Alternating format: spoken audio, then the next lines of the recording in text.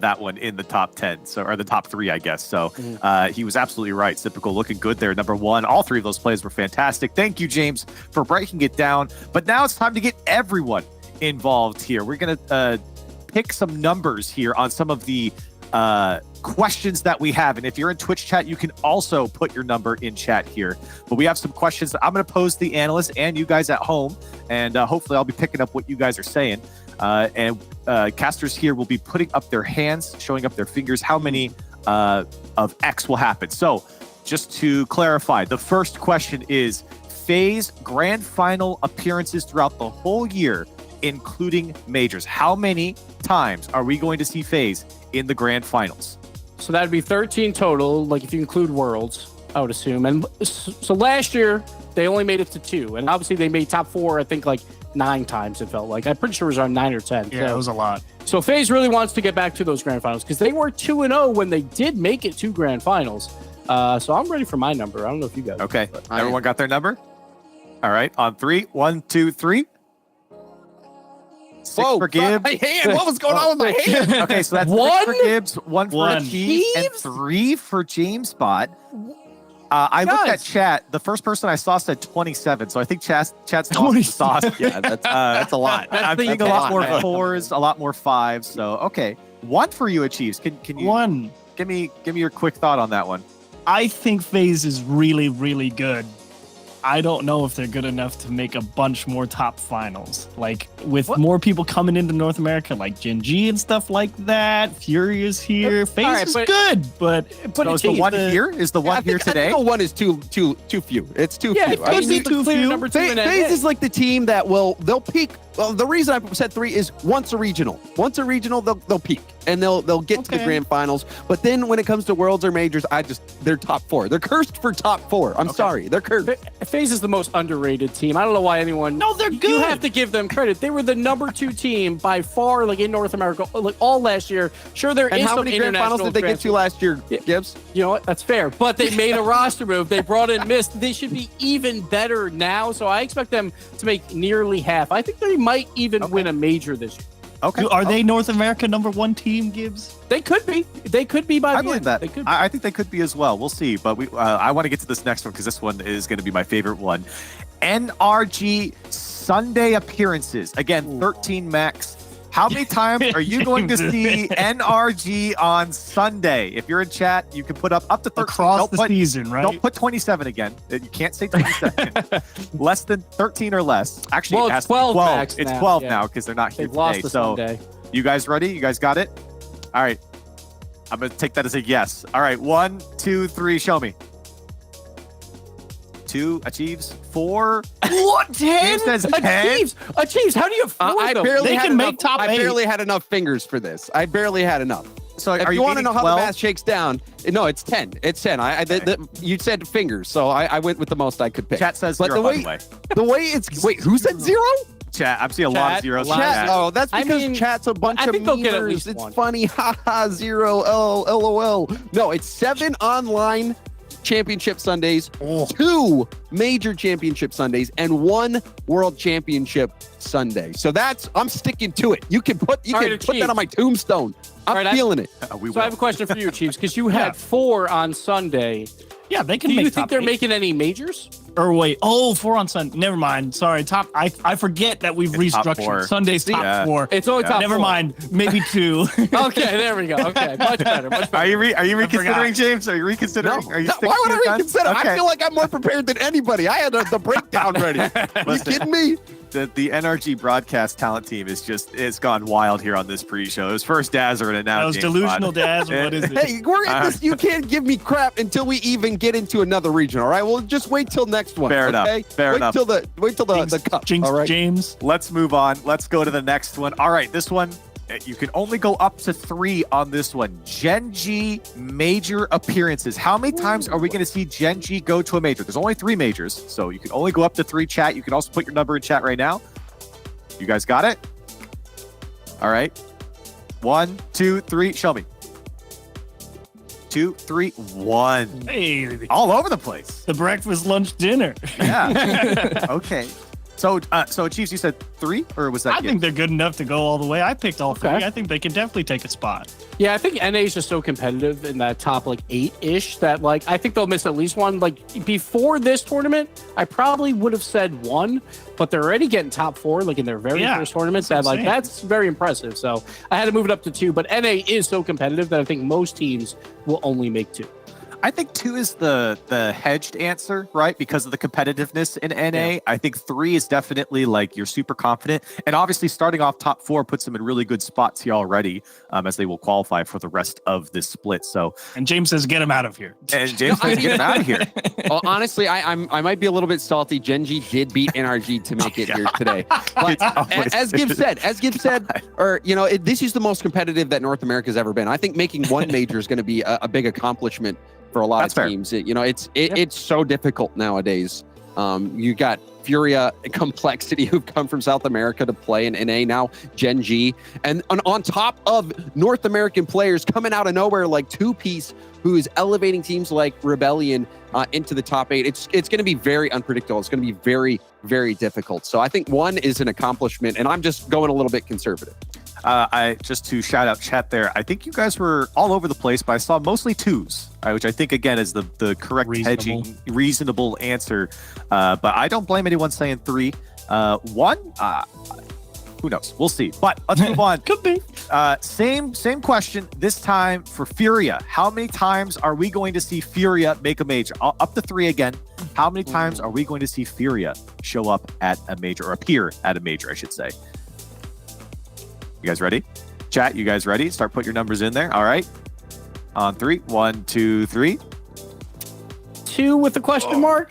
I'm kind of going to 1. Yeah, 1, 2, 1, 0. 1 to 0. Okay. This is not an interval. You have to pick a number. I did. Okay, I'm going with 1. I'll go with 1. I'll say it's hard. I'll say 2. I'm saying 1 because I have seen how good Furia can play, especially against NRG. I thought Card's defense against NRG was inspired, and everyone knows what Yan can do. You saw that number 2 highlight play from Yan, but the inconsistency that I saw in the G2 series was alarming. It was alarming. You were livid. The own goals. I was a little bit mad because I'm like, where was this type of defense when my free own the shots on net? Where was this? Yeah, where's the free goals? They look nervous. They absolutely did. So I'm not really sold that Furia can come out in North America and be that consistent, given everything I said about Gen.G and me only thinking they're going to make 1 major. This is going to be very difficult for any team to make it in. So I think with the inconsistency that I've seen, plus the challenges of moving to a new region, I think making 1 major would be a big win for them. And I think that's all they're going to get. So I think fall is questionable, but after that, it's hard because Furia, through 3 majors and a world championship, they performed outside of the fall major, right? So they performed when it was international play. I think the same will happen here, winter and spring. I think they very likely will make it and be a world's contender again. But it's so hard again in North America with 8 teams. I think can easily make major spots, so it's gonna be tough. Chiefs, you were the 2 here, is that correct? Yeah, I couldn't remember. You guys giving me 2 numbers there. Yeah, we were 2 and 1. Yeah, I think maybe if they're gonna get bounced out, it might actually be fall where they get bounced out. But I think across the board, they're definitely showing they're strong enough to consistently push. Yep. On the international stage, deep run. So I give them 2 shots at it. Yeah, I'm a big Furia fan, and I think that for them, this has not been the strongest start in the online world in North America. So I think 2 is again the more reasonable answer for them. I do think that they'll end this season strong. But let's keep going here. All right, next one. Can I just say that you're only a Furia fan because you get free swag? I saw the Corelli Furia jersey at Worlds. To be fair, I was like, they gave me a free jersey. I'm definitely going to predict them more. To be fair, they were fans before the free jerseys. That's right. And then they got the jerseys because they were fans. I was a fan. I'm not paid by NRG to be a shill on the street every day. You can check. I have been an NRG fan since the very beginning. All right? I'm a and you've also been paid from the beginning too. To my bones. I was doing it before I got paid. All right. I'm not a fan of anyone because I think everyone's terrible. So let's keep going. Let's keep going. All right, next one here. Native NA fall major teams. So teams that are North Americans making the fall major. You have 5 max. You can go all 5 will be from North America, or you're saying less than 5, which would be your Furias, your Gen.Gs, your Complexities. No, I think you're misreading that, Corelli. I think this was the confusion that Gibbs was talking about. No, that's later. That's later. That's for World Champion. So don't worry. You're confused, Mr. James. I am confused. So what's the question? Native NA fall major teams. Native fall NA fall major teams make it. So you're talking about teams that no Furias, no Complexities, no Gen.Gs. Make it into what? The fall major. The fall major. The fall major. In Rotterdam. Yes. Okay. Because there are 5 teams that are coming from NA. Okay. Chat's already going. They understood. They understood the assignment. Are you guys ready? Okay. Yes. Okay. On 3. 1, 2, 3. 3. Was that 4 from James? Is there a thumb there? That's 4. Okay. That's 4. All right. 3, and 4. So we know 3 are locks, I think, right? Like I think most would agree. Space Station, FaZe, and of course G2 are locked. So the 4th for James is NRG, clearly, obviously. But it really comes down to like Furia, Gen.G, and Complexity. Can 2 of those 3 make it? Furia, we said is questionable, right? Probably 50-50 chance at this point. But Complexity, not looking good so far. But 2 more regionals, they can easily make top 4 appearances at those 2. So if Furia doesn't make it, maybe Complexity comes in through that spot. But it's going to be tight. Like I'm at like 3.5 right now. Yeah. that sums it up nicely. Okay. And James just says, get him out of here. Well, I mean, it's tough. I think Furia and Gen.G, they are going to occupy one or the other will occupy one spot. I think that's the way I think about it. So it's either Gen.G or it's Furia. I definitely don't think we get all 5. And I don't think I saw a lot of people in chat putting 5. I think chat was actually with you guys about 3 or 4. I think that's the reasonable and correct take at the moment. All right, last question here. World Championship NA region spots. The minimum is going to be 3. So you have to have at least 3 up to 8. So you're talking about your auto qual spots and your wild card spots. NA can have up to 8 and a minimum of 3, which means if you put 3, that means NA's going through the wild card. Hopefully everyone understands the question. And in chat, you guys can put it in there. You guys got it? I just want to say, putting these questions back to back gives, they confuse me, okay? All right, but I understand now. I understand. Sorry. I'll write it better next time. It's okay. And I'll do a better top 3 as well. I'm sorry for that. Now, so this one's interesting, I think, because North America, like everyone, like maybe if you're a North American fan of North American teams, you will complain that we have these international transfers right now to get to Rotterdam. But when you get to Rotterdam, like NA is going to have a very good top 5 that could very easily like all finish up in that top 8. So earn more spots. Yeah, so you could earn more spots for the entire region, but it is very difficult to get all 5 up there. So I'm ready for my number. Okay, let's do it. Throw up your numbers in 3. 1, 2, 3. 7. 4. 7? Did you say 7? Yeah. So you think North America is going to be Gen.G or Furia runs the table enough in majors to get like NA region spots and NA as a whole would be 7. Be 7 total. It'd be 3 plus 4 because they already have 3. Okay, Gibbs, you're fired. Like I think they don't understand the math. It's okay, Corelli. I thought you were talking about top 8 locked in, automatically qualified. No. Plus the 3. So if you guys are at 4, then you're also at 7. See, caster math is hard. Don't worry about it, guys. We're all at 7. All right, we all agree. All right, we can move on to something much simpler. Let's move on to who we think is going to take it all here and our unofficial MVP. This one's going to be a lot easier. Chat, you guys can also do this one if you want to put in chat right now. Who's going to take this first regional? Who's going to come out as our unofficial MVP? Do I start with James? Yes. I mean, do you want to? Okay. I just want to get you. There's not a lot of math left, so go ahead. Yeah, there's no math. Honestly, we got to talk. All right, we'll talk after this.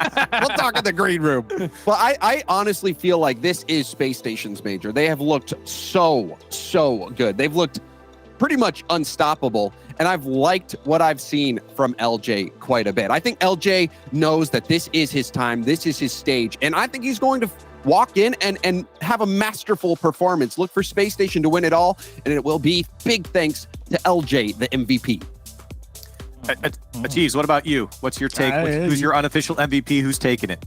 I hate to say it. I want Gen.G to win it. Just so everybody on North America goes, oh, God. Oh, but, no. I think that Chronic impressed me as well. I think certainly Nolly and ApparentlyJack are good enough to handle a team as aggressive as Space Station. And if Daniel plays as well defensively today as he did yesterday, sure, I believe Space Station. But I think there's a bit more tools to find success over on Gen.G than on Optics. So I think Gen.G may take this one. So I'm surprised we're going with the lower part of the bracket when the top two teams in North America have always been Boo FaZe, boo G2. Next question. So G2 obviously is that clear number one, but FaZe, I always say they're very underrated, and I normally will back those horses. So I'm going to go FaZe here because I think like after that game 6 with G2, I'm questioning them because that game was awful.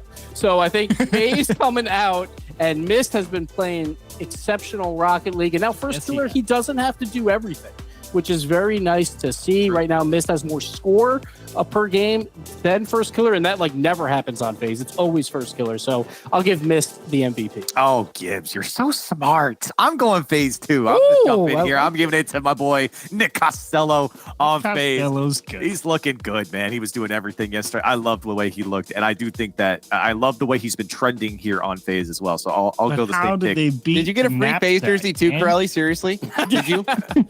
What? Did you get a free FaZe jersey as well? No, I did not. Have you ever casted a FaZe team stream? I have. All right. I am not currently. I am not currently. Everything's coming together. All right. All right.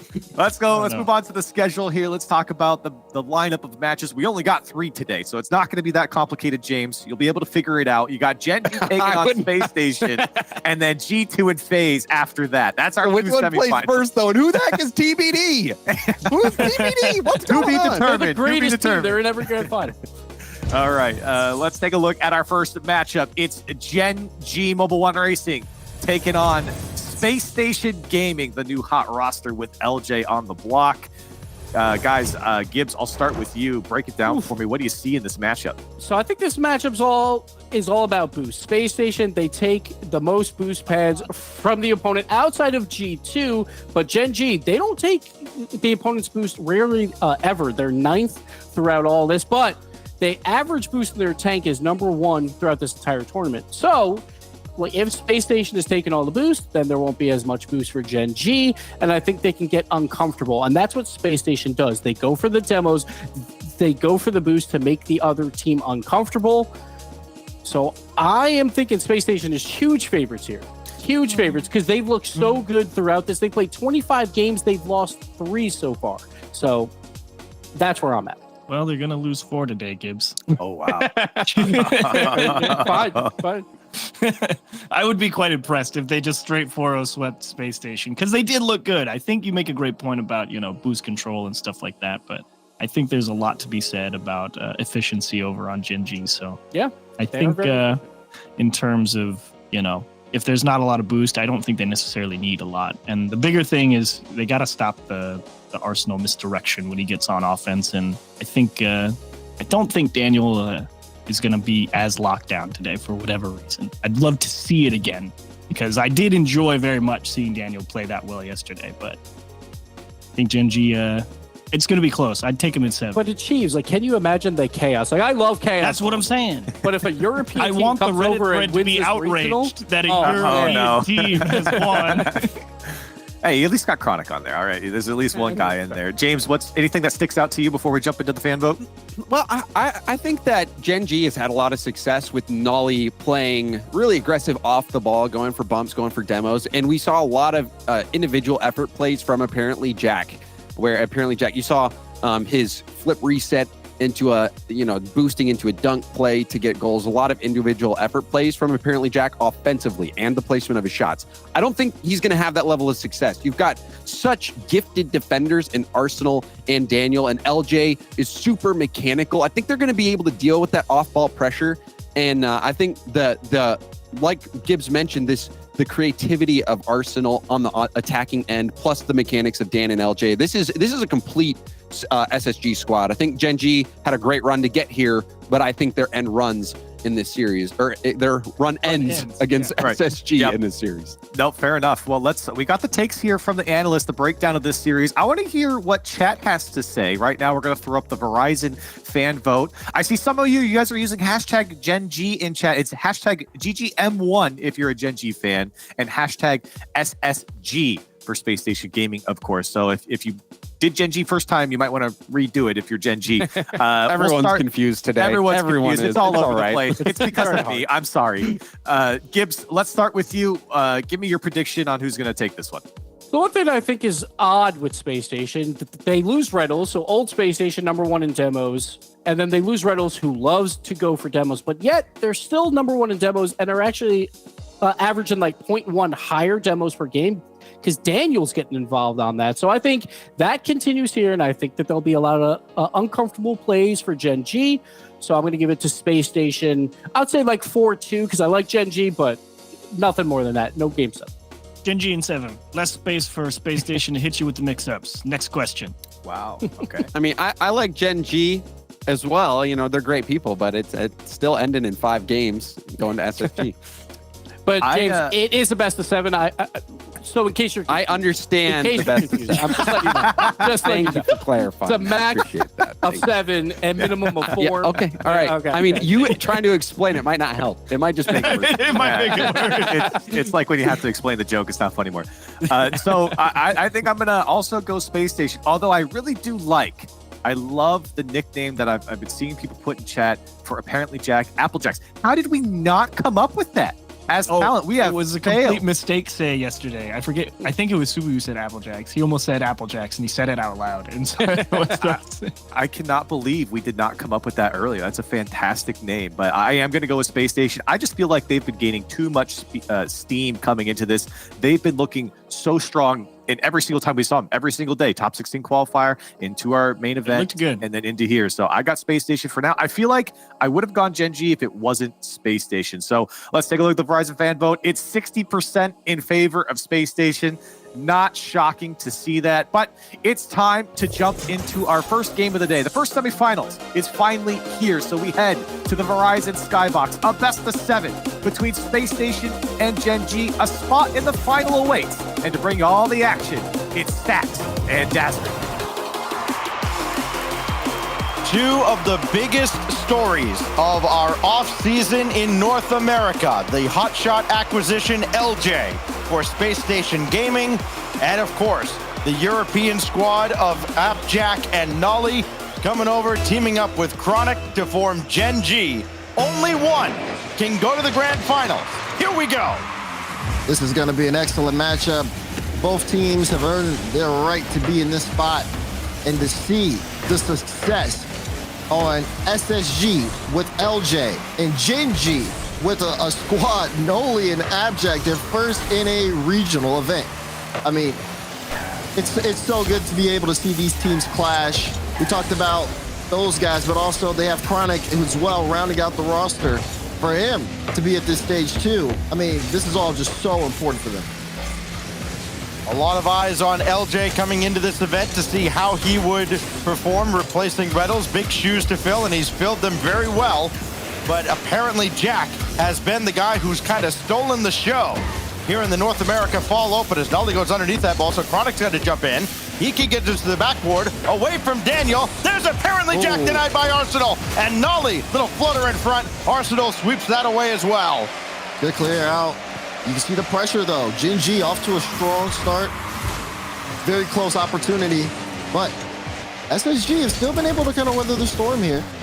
And they've had some definite strides of their own. Keep an eye on that midfield also. You see Gen.G, especially Noli. Noli loves to make some really solid off-ball plays. He's been doing that all event long.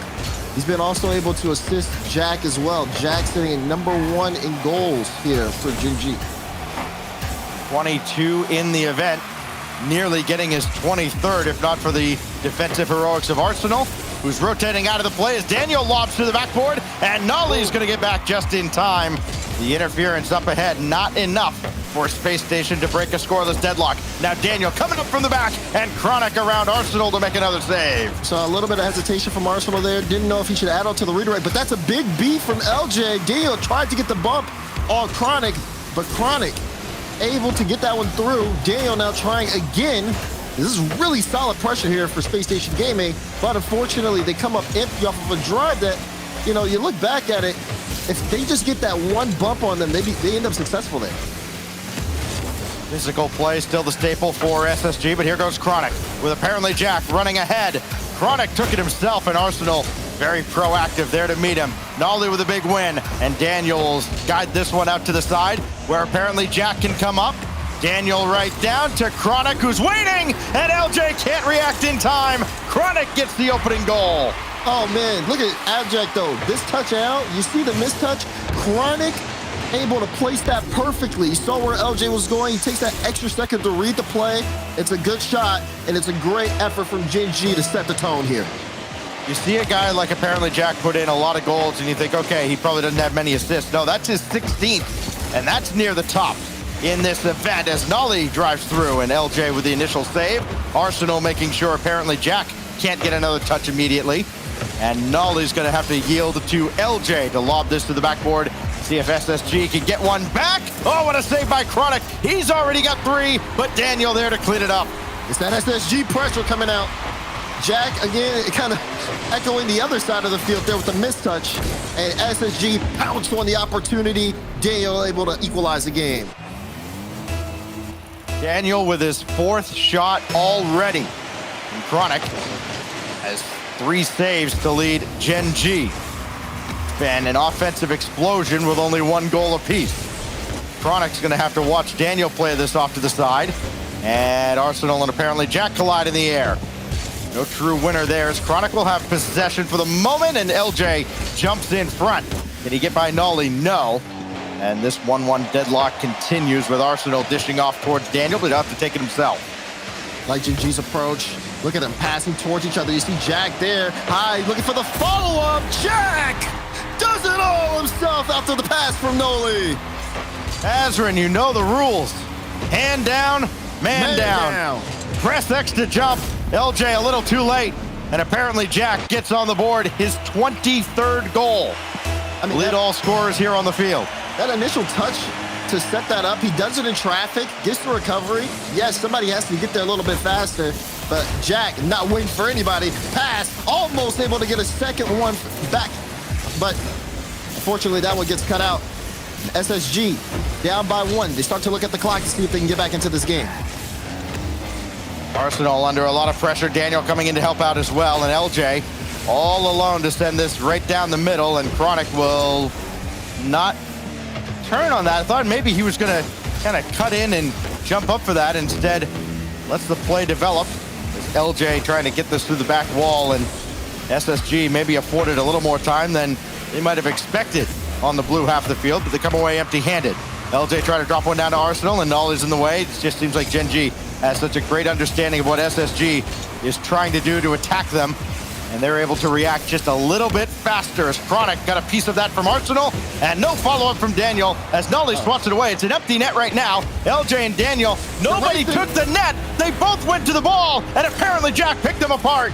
Space Station Gaming hit the house, and then they came up empty, and you saw Gen.G pouncing at the opportunity to get a free goal at net. You see SSG racing back, looking for a way to get a touch on the ball. The desperation there is just not enough, and that might cement this game. 30 seconds left. I don't see Gen.G dropping a 2-goal lead.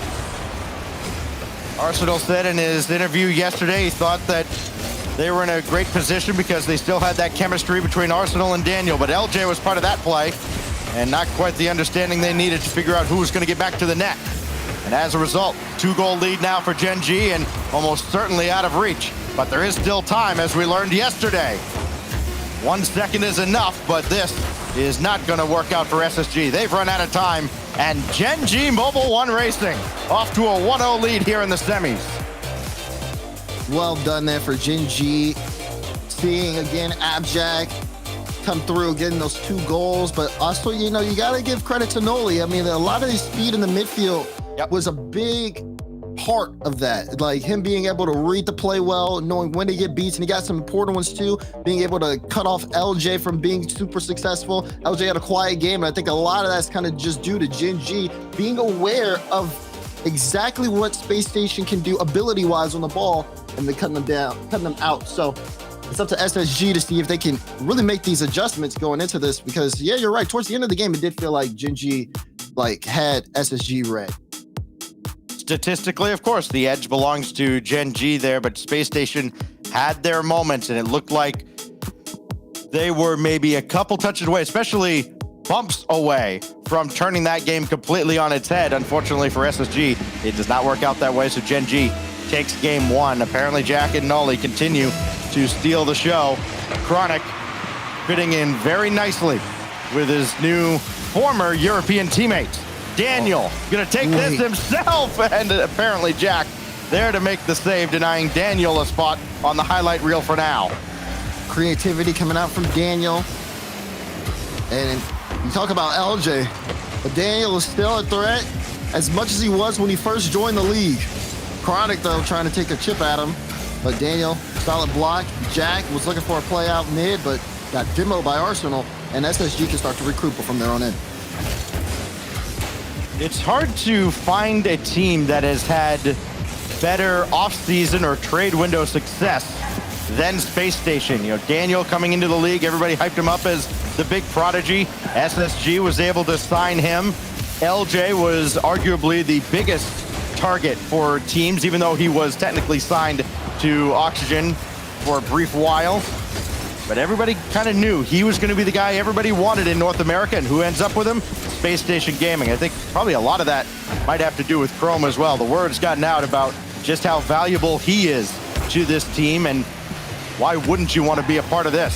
As LJ from the wing, try to drop one down. Chronic and ApparentlyJack are there, and Arsenal eats the demolition, so Chronic can try and clear this.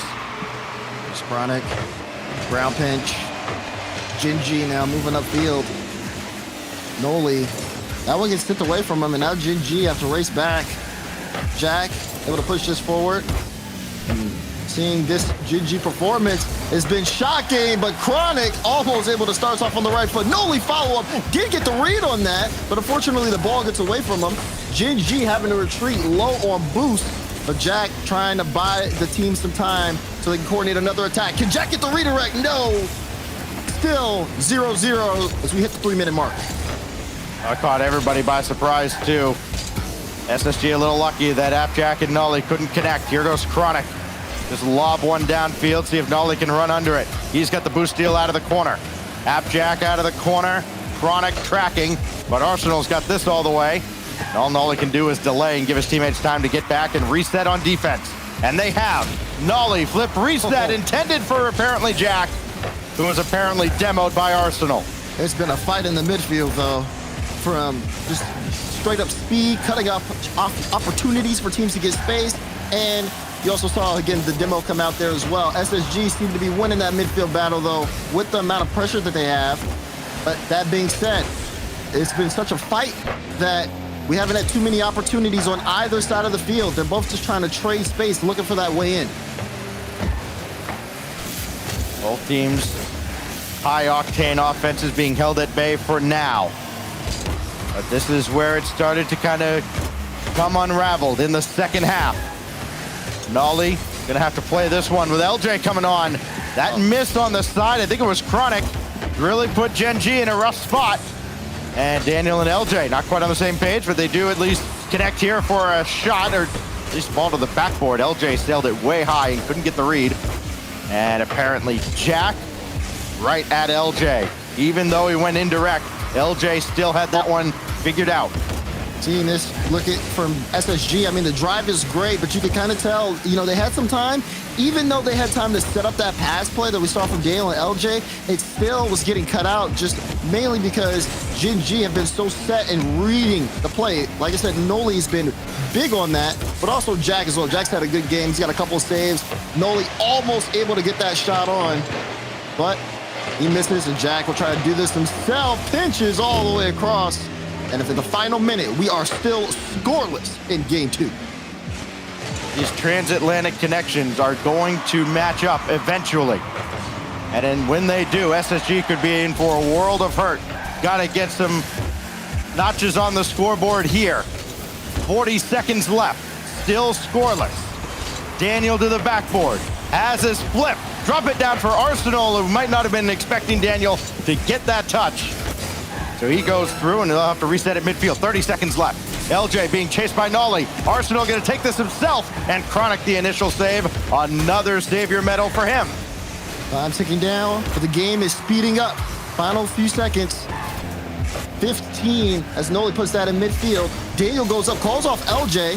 Chronic, though, the pass to Jack, puts it in the air. It's a race, and no one hits the ball. A little bit of panic on the SSG end. Gen.G looks to be setting up an attack. Chronic trying to get that middle, but Arsenal comes and picks it up. SSG's going to be playing this ball high, but it ends up hitting the ground, and overtime hits game 2. Saw some late heroics out of Daniel, as has been the expectation from SSG fans yesterday. Now Daniel dropped out to LJ.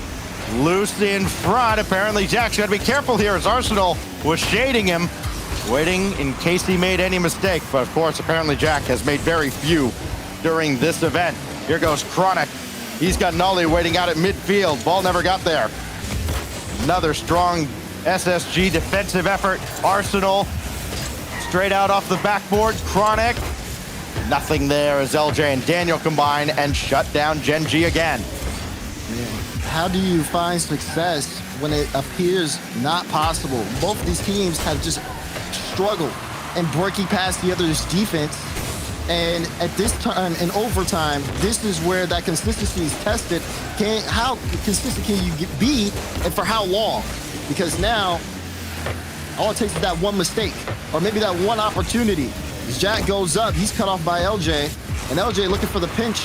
Will find it on the sidewall, but it's sent straight to Gen.G, who will try to recover this. This is the 12th overtime that these two teams have combined to play. Gen.G 4-0 so far in this event. SSG, they've played 7. They're a 5-2 record. They're very well versed in sudden death overtime. Here goes Chronic with ApparentlyJack to his left. LJ there to meet him. Arsenal, a little hesitation, and that's enough for Nolly to win cleanly. Chronic shot a little bouncer and guided aside gently by Daniel over to LJ. 50 out. Gen.G still trying to keep this pace. You see Daniel, a slight little mystery, so LJ comes to pick it up. While Daniel goes back to give boost. Arsenal waiting in the midfield for Jack. Jack wins the challenge. Noli gets demoed by LJ. Jack, though, trying to finish this himself. So good. And he will! He's just so good. He has been on another level in the North American Fall Open. Not many can get by Daniel and make it look easy, but ApparentlyJack had him dead to rights. And the one strike is all they need. An overtime winner gives Gen.G a 2-0 series lead. Yeah, and Jack, we talked about it. We've been talking about it all series long. He looks like he's just on another level. He's in form today. And Space Station Gaming right now, I mean, he's been the biggest problem for them. That being said, Chronic has also been having a game himself. I mean, those 3 saves, those shot pressures, we know Chronic can put on a lot of shots. He's been doing that all tournament. He's number 1 in shots on. So SSG now taking the timeout. You see Chrome talking to him, as this is really a space where he does excel in, being able to break down a team. And especially the way this particular game was so close, comes down to that winner. I think it's pretty big SSG take the timeout here. Gen.G was a team that came in with a lot of hype, and people kind of questioned their seeding. A lot of questions with the seeding in North America that, for the most part, kind of played itself out. Of course, Shopify Rebellion opening a lot of eyes. This Gen.G team, they were the wild card that everybody wondered, what are we really going to get? Can these Europeans adjust to the North American style of play? Can North America keep up with ApparentlyJack and Nolly if they're playing at their peak? And right now, I'd certainly say both of them are on a different level. And, you know, it's easy to kind of bury Chronic here, right, Taz? I mean, we talked so much about ApparentlyJack. He's got the 3 goals. Chronic does also have the other goal for Gen.G, and he has been superb defensively. He's not trying to do too much. He's not trying to shine the spotlight on himself like, hey, look at me, look at me. He's just fitting in with the team, and that's all you ever want out of a guy. Yeah, and that was the big question when Chronic joined the roster initially. A lot of people were trying to figure out, okay, why Chronic? I mean, he's young. Again, being in these high-pressure situations, is he going to be able to perform on that level, or will he crack? And right now, I mean, if you're teamed up with Noli and ApparentlyJack, I mean, they're going to do the best to make you feel comfortable and fit in. They've always talked about having good team environments. It shows in these situations. You can see it on the cameras in the screen. Like Chronic, like he's having a great time out there. I mean, but that also being said, he's in the North American Fall Open semifinals, so I'd be having a great time too. Can they put this series on match point though is the question. SSG coming off a tactical timeout. We'll see if any adjustments could be made. This is by far Chronic's best performance in an RLCS event, but he had certainly opened plenty of eyes, as did 2Piece. Especially the way they took on kind of the giants of North America, teams like NRG last season. Kind of struggled with the combination of Chronic and 2Piece. LJ gonna bring this over to the corner. He's got the boost steal. There's a guy in Arsenal who probably stolen more boost in this event than anybody else. He has been a menace for teams to contend with. Nolly gonna take over here from ApparentlyJack. Chronic trailing in behind him. This will go out to the corner for Chronic. LJ saw that whole play develop, and he's there to at least get in the way. Daniel's got this away as well, and the physical play from SSG grants him a brief reprieve. Oh, but Daniel trying to set things up. Oh, he didn't have the flip. It looked like he might have. Or maybe if he did, just decided not to use it. Now SSG fighting in the blue half. Could be a chance, but Noli able to clear things away, turning the tide. They don't want to give Space Station too much space they're going forward. You can definitely see a little bit of aggression, but Gen.G have also decided to like slow things down, so to speak, in this game. So it's been a quiet start on either side of the field. Daniel spending a lot of time at the back. Chronic yields to ApparentlyJack at Arsenal. An air-to-air missile just taking him off the field. And he's back on the respawn, trying to get up to midfield. Good luck. SSG just a little too fast. Not letting ApparentlyJack get comfortable here in this third game. But here he goes again. Couldn't get around LJ. Arsenal with Chronic hesitating a little bit. Arsenal double, but denied by Nolly. Now Daniel kind of circling around at midfield there, Daz. Still not able to get as involved in the play as he would like to be, and all he can do is watch ApparentlyJack just dish that off to the bottom left or bottom right. You talk about it, the reason is Noli is just in his face, bullying him, forcing him back. By the time Daniel can even see what Jack's doing with the ball, Jack already has his plan lined up. Daniel was forced to cover a ton of angles, and Jack picked the right spot. So over the last couple of trips down the field for these two, it's ApparentlyJack 2, Daniel 0, as Daniel's shot there blocked by Jack as well. He has just kind of had Daniel's number, and not many have over the past year and a half. Daniel pinned it to the backboard, and then his own goal by Chronic. Yeah, this play was definitely a bit of a disaster, especially it starts off with Noli just completely going up. Forgot how much boost he has, so he just floated in the air. Jack was sitting on a boost pad because he was low, and then you see SSG move upfield. Chronic, I think he just chalked it up. So you know what, you guys can have it. We'll go next. He was kind of being chased back through midfield by LJ. And then they just panicked a little bit. Halfway mark, SSG, one way or another, they're back on the board. Daniel makes the initial save here on Chronic. There, Chronic kind of gave it right back to Daniel. Couldn't slow him down that much. Gen.G forced to scramble a little bit now defensively as SSG, especially coming out of that timeout, they seem to have found a potential winning formula. You would hope so, but the problem with Space Station Gaming is even with that goal that they scored, it doesn't really count as them being super successful on offense. It's really just a bunch of mistakes Gen.G have been making that allowed that goal to go in. For SSG, they have to be able to force the issue. They have to break down Gen.G. That's something they have not been able to do this series. And with a minute 40 left on a big game, especially coming off that tactical timeout, you would have thought that they would have been able to do it, but Gen.G have just been playing so well that even though SSG have tried to change up how they make their approach on the field, it still has not been enough. Silky smooth defensive work there by Chronic with a man chasing him. I believe it was Arsenal going for the demo. Now here goes LJ off the crossbar. Arsenal can't follow in time. ApparentlyJack very quick in the air. And Gen.G fends off SSG again, but for how much longer? Daniel boost steal, and he took out Chronic. Nolly's there.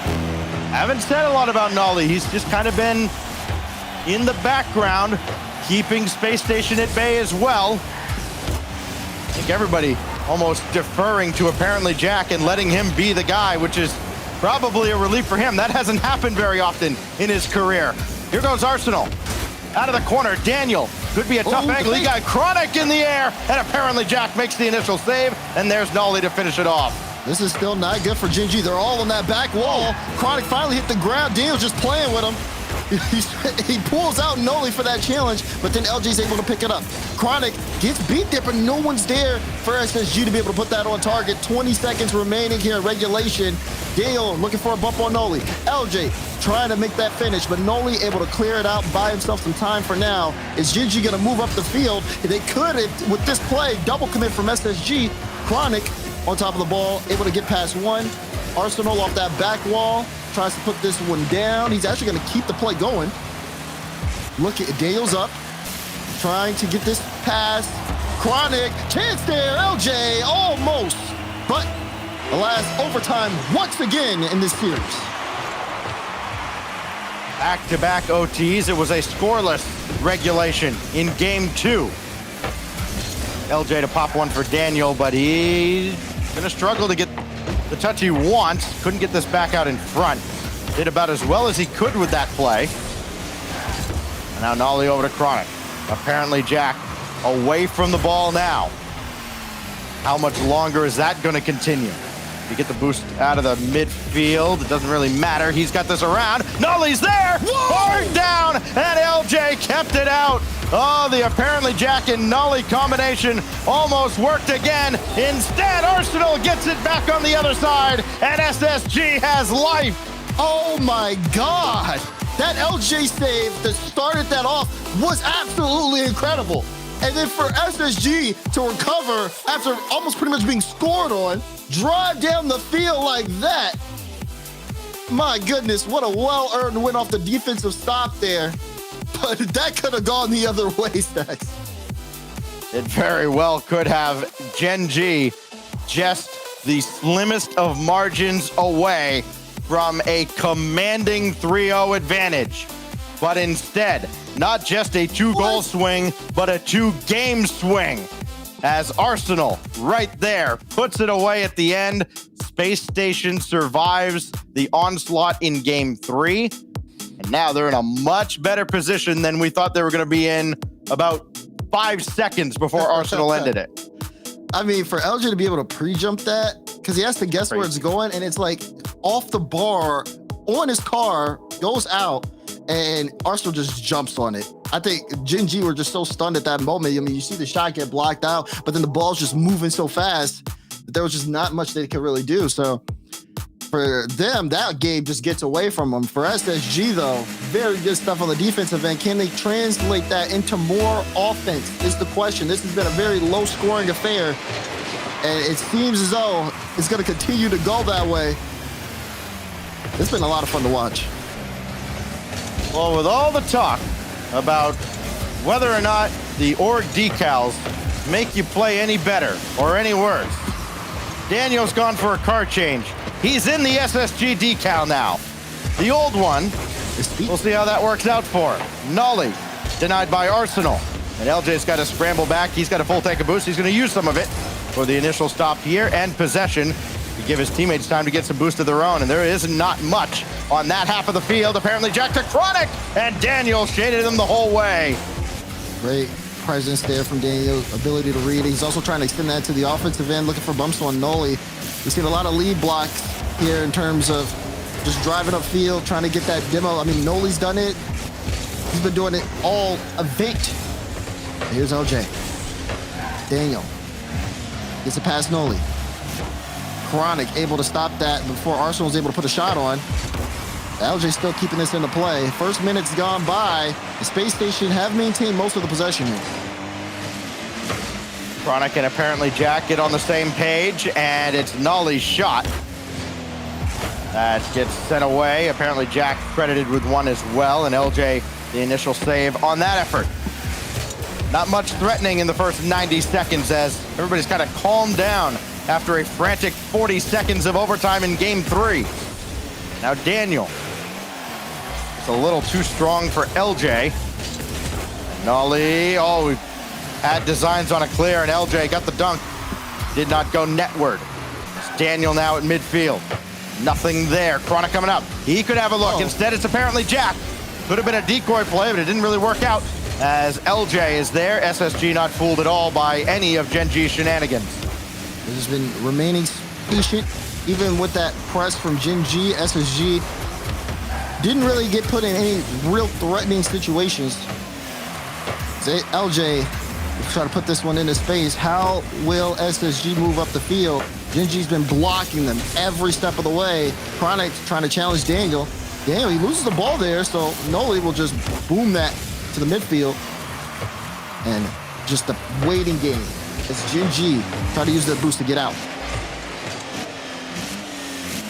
Chronic for apparently.Jack, perhaps. Nothing there. So Nolly's got to jump up, and Arsenal had jumped way earlier. Daniel got him, and he scores!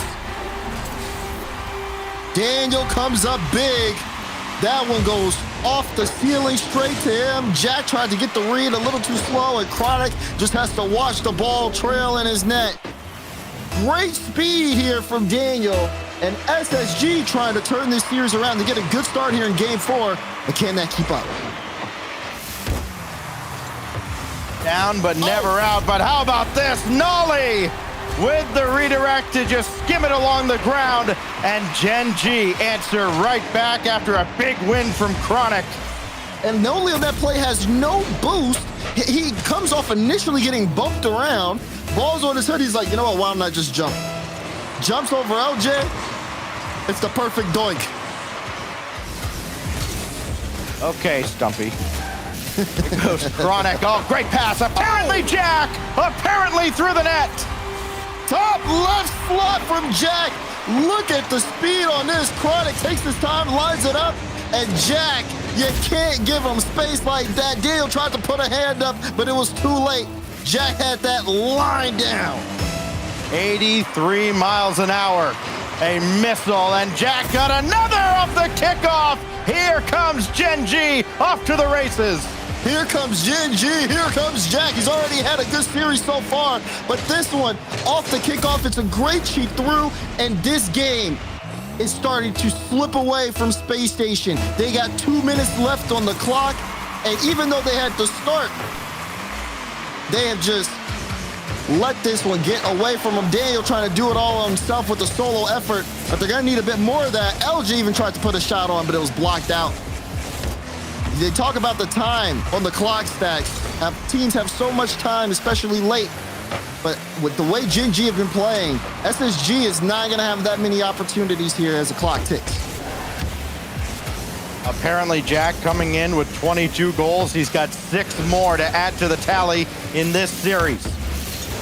2 from Game 1, a couple from Game 4 here. Nolly hangs with the play and gets his second. Everybody shoots, everybody scores today. Arsenal tried to get a good clear out, was under a lot of pressure, sets up Nolly, he puts a testing shot on net. Daniel does get the save, but the touch is not in the best spot. It's straight in front of Nolly. He says, thank you, I'll score that. 3-goal lead for Gen.G. They are dominating in this game. You talk about individual efforts. I think a lot of eyes are going to be on LJ coming into this series. So far, no goals, no assists. Trying to get involved in the play here. Daniel up the ladder. LJ to the backboard. Nobody to chase down. He did get Chronic coming around on the rotation. Daniel hanging around in the net. That leaves Arsenal all alone, but he's sure-handed enough. Dealing with Chronic. 3-goal deficit, though, as Chronic dances through 2, but he could not get by the brick wall of LJ. Noli off the ceiling, tries to get around that, but Gen.G in the most comfortable position possible. Look at ApparentlyJack just taking his time. He's dragging him up the field. He's walking the dog. And SSG have no bite in this game. LJ will try to get something here late, but with the way this has been set, final 30 seconds seem like a formality. Apparently.Jack tracking here. In his last 8 games, he scored a goal in each of them, 12 total. Quite the impressive streak. LJ trying to get his first. That shot denied by Nolly. Arsenal now. Little floater denied by Nolly again. LJ too slow coming up. And that's dished off to the side. All that remains is to see what the final scoreline will be. 4-1. Mobile One Gen.G is now on match point. I like that. Seeing this though, I mean, Press 1. Breaking down this game. I mean, I just, again, the way that even though Chronic has not been involved in the scoring, but yet everywhere else, he's been a big factor. He's still putting on a lot of high shots. He has 3 assists out of the 4 goals, and he's been able to put up a couple of saves here. I mean, Noli and Jack are superstars in their own right. My goodness, have they had some really good shots and really good goals here. But Chronic also being able to round out like the roster. They just look so good as a team. Yeah, again, all the questions about how this would work out. 2 European players coming over with just kind of this relatively unknown, maybe underrated North American star in the making. And, well, this is a star-making performance for Chronic, but especially now for ApparentlyJack over in North America. He is making his presence felt 5 minutes away from getting to the grand finals of the North American Fall Open. Never thought we'd see the day. We were talking about ApparentlyJack and Nolly in that context. But here we are with Chronic trying to set up Nolly. That one goes a little bit high, and here we go on Wasteland. Let's see if SSG come out successful on the Wasteland. Final life, no timeouts, no more games remaining for them. They've got to figure it out on the field here. And, oh, Daniel, Jack actually read that and put a shot on. Crazy. But SSG able to block that out, get some space, but only for a moment. Now Chronic trying to get to that ball. LJ, big time touch there to hold off the storm. For now, Noli was going to put a shot on, but it's Daniel with a fantastic bump. SSG, though, are scrambling to control this. Gen.G are like a monster. They're all over him. They're giving him nightmares as Chronic able to get the first goal. The whole time as Nolly put that ball in the air, I'm just thinking, guys, tap out. They're all just bunched up right in front of the net. Just let them score. Get back to the kickoff and try and generate something there. It finally happens as the dam breaks. 48 seconds into game 5. And Nolly back on possession again. Gen.G just seem a lot faster. And ApparentlyJack extends his streak to 9 in a row with a goal. I don't know. Kids, close your eyes. I just witnessed a murder. What kind of dunk did I just see there? Jack with the read on LJ to the top right corner. They're playing on another level, Stacks. They want to close this out right now. Gen.G looking towards the grand finals. My goodness. Both G2 and FaZe got to be watching this going, all right, who wants them? Here goes ApparentlyJack against Arsenal again. It's loose in front, then Daniel has to come in and stop either Nolly or Chronic from getting involved in the play. That only works for so long. ApparentlyJack, another win, but that's right at Arsenal. Now Nolly towards Jack. No, he had rotated out, so Daniel takes over. So a chance on offense now for SSG. Finally 90 seconds into a game they must win, where they've already conceded twice. That's going to be so tough. Especially just because, in general, they have not been good in the goal-scoring department against Gen.G. And this entire series has been them just trying to figure that out offensive-wise. Now they have to score 2. They have to score 3 if they want to force Neo Tokyo. They've got time on the clock, but it just feels like everything is against Space Station Gaming right now. Especially feel that LJ just has to get one on the board. The problem is he's nowhere near, and Chronic single-handedly gets by. The young gun Chronic. Oh, the chain dash into that beat. You can tell LJ thought he had that ball for free, and Chronic said, not a chance. It's going in the back of the net. 3 goals for Gen.G as now the scoreline continues to increase, and SSG fans in a panic. Nolly threats the needle with his car to avoid the oncoming contact. He's got the clear there. The point I was trying to make about LJ earlier, if Gen.G would stop scoring for a moment, is he just got to see the ball go into the net once to get him going. The problem is nothing has gone right for LJ. Nothing's gone right for SSG in this game as Nolly adds another. This is incredible. This is actually just so stunning to me. I mean, you talk about SSG's performance in this tournament, and you expected them initially, after looking at qualifiers, to see them at this stage of the game. But it just feels like nothing's working for them.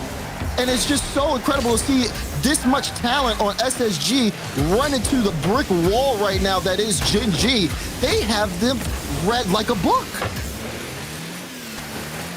Maybe against the other 6 potential opponents in this top 8, it's a different story. But on this day, Gen.G has stifled Space Station Gaming. Daniel, gotta get something going here. He may have to call his own number. He does. There's nobody else even in the vicinity. And Chronic stops him one-on-one. ApparentlyJack stones LJ. And now SSG forced all the way back to their own corner. Ooh, Daniel's still trying to make something work. There is time here for SSG, but they gotta get these going, and that almost went in.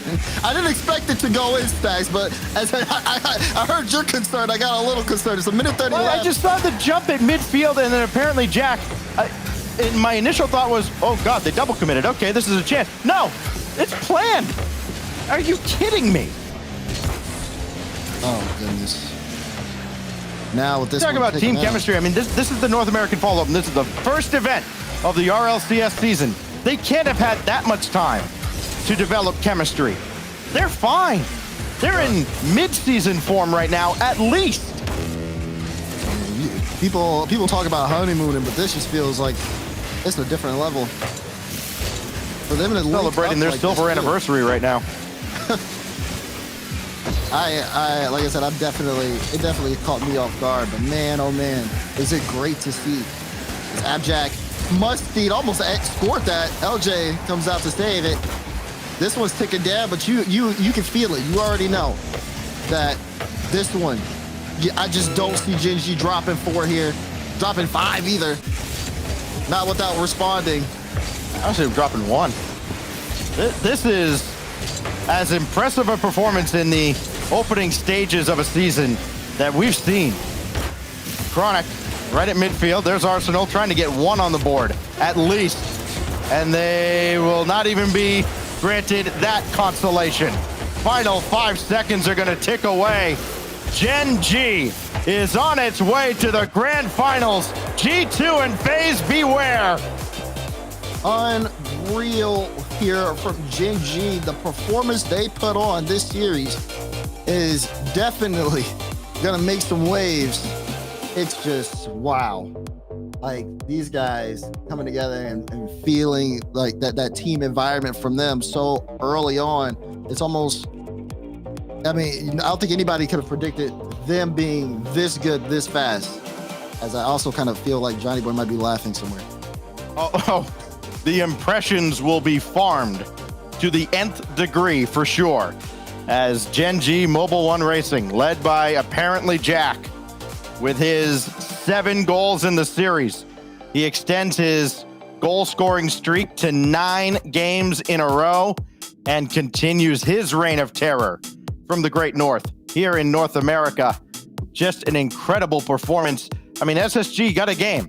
They got a game 2-1 in overtime, and Gen.G took that personally. They outscored them 8-1 over the final 2 games. As mentioned, FaZe and G2 are the other semifinal, and guess what? That's coming your way right after this. Don't go anywhere.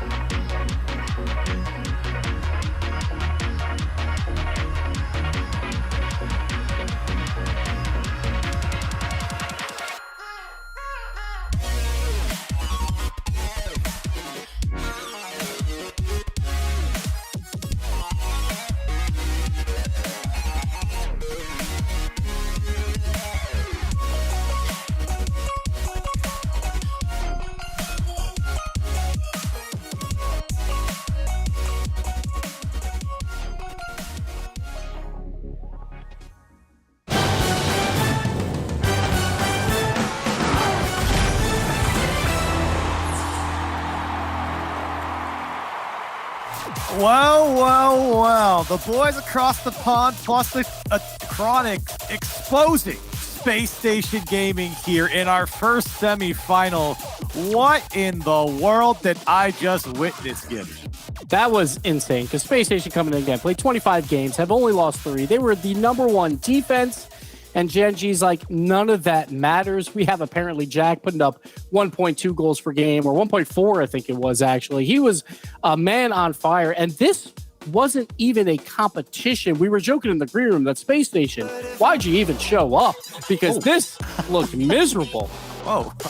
Okay. Shows violence here. Right, I thought we were being harsh. Hey, I'm not faulting Space Station with that, by the way. That is just because Gen.G is playing that incredible right now. Yeah, it was a series for, I think you could say 3 games. And then all of a sudden, after the timeout, SSG, they get that 1 game.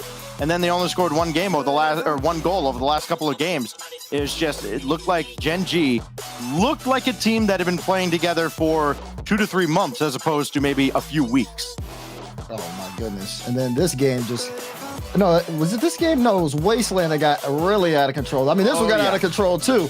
I mean, you could see them just increasing the score line, and then after that, it just felt like they had a hook, line, and sinker. Yep. I just didn't know what to do.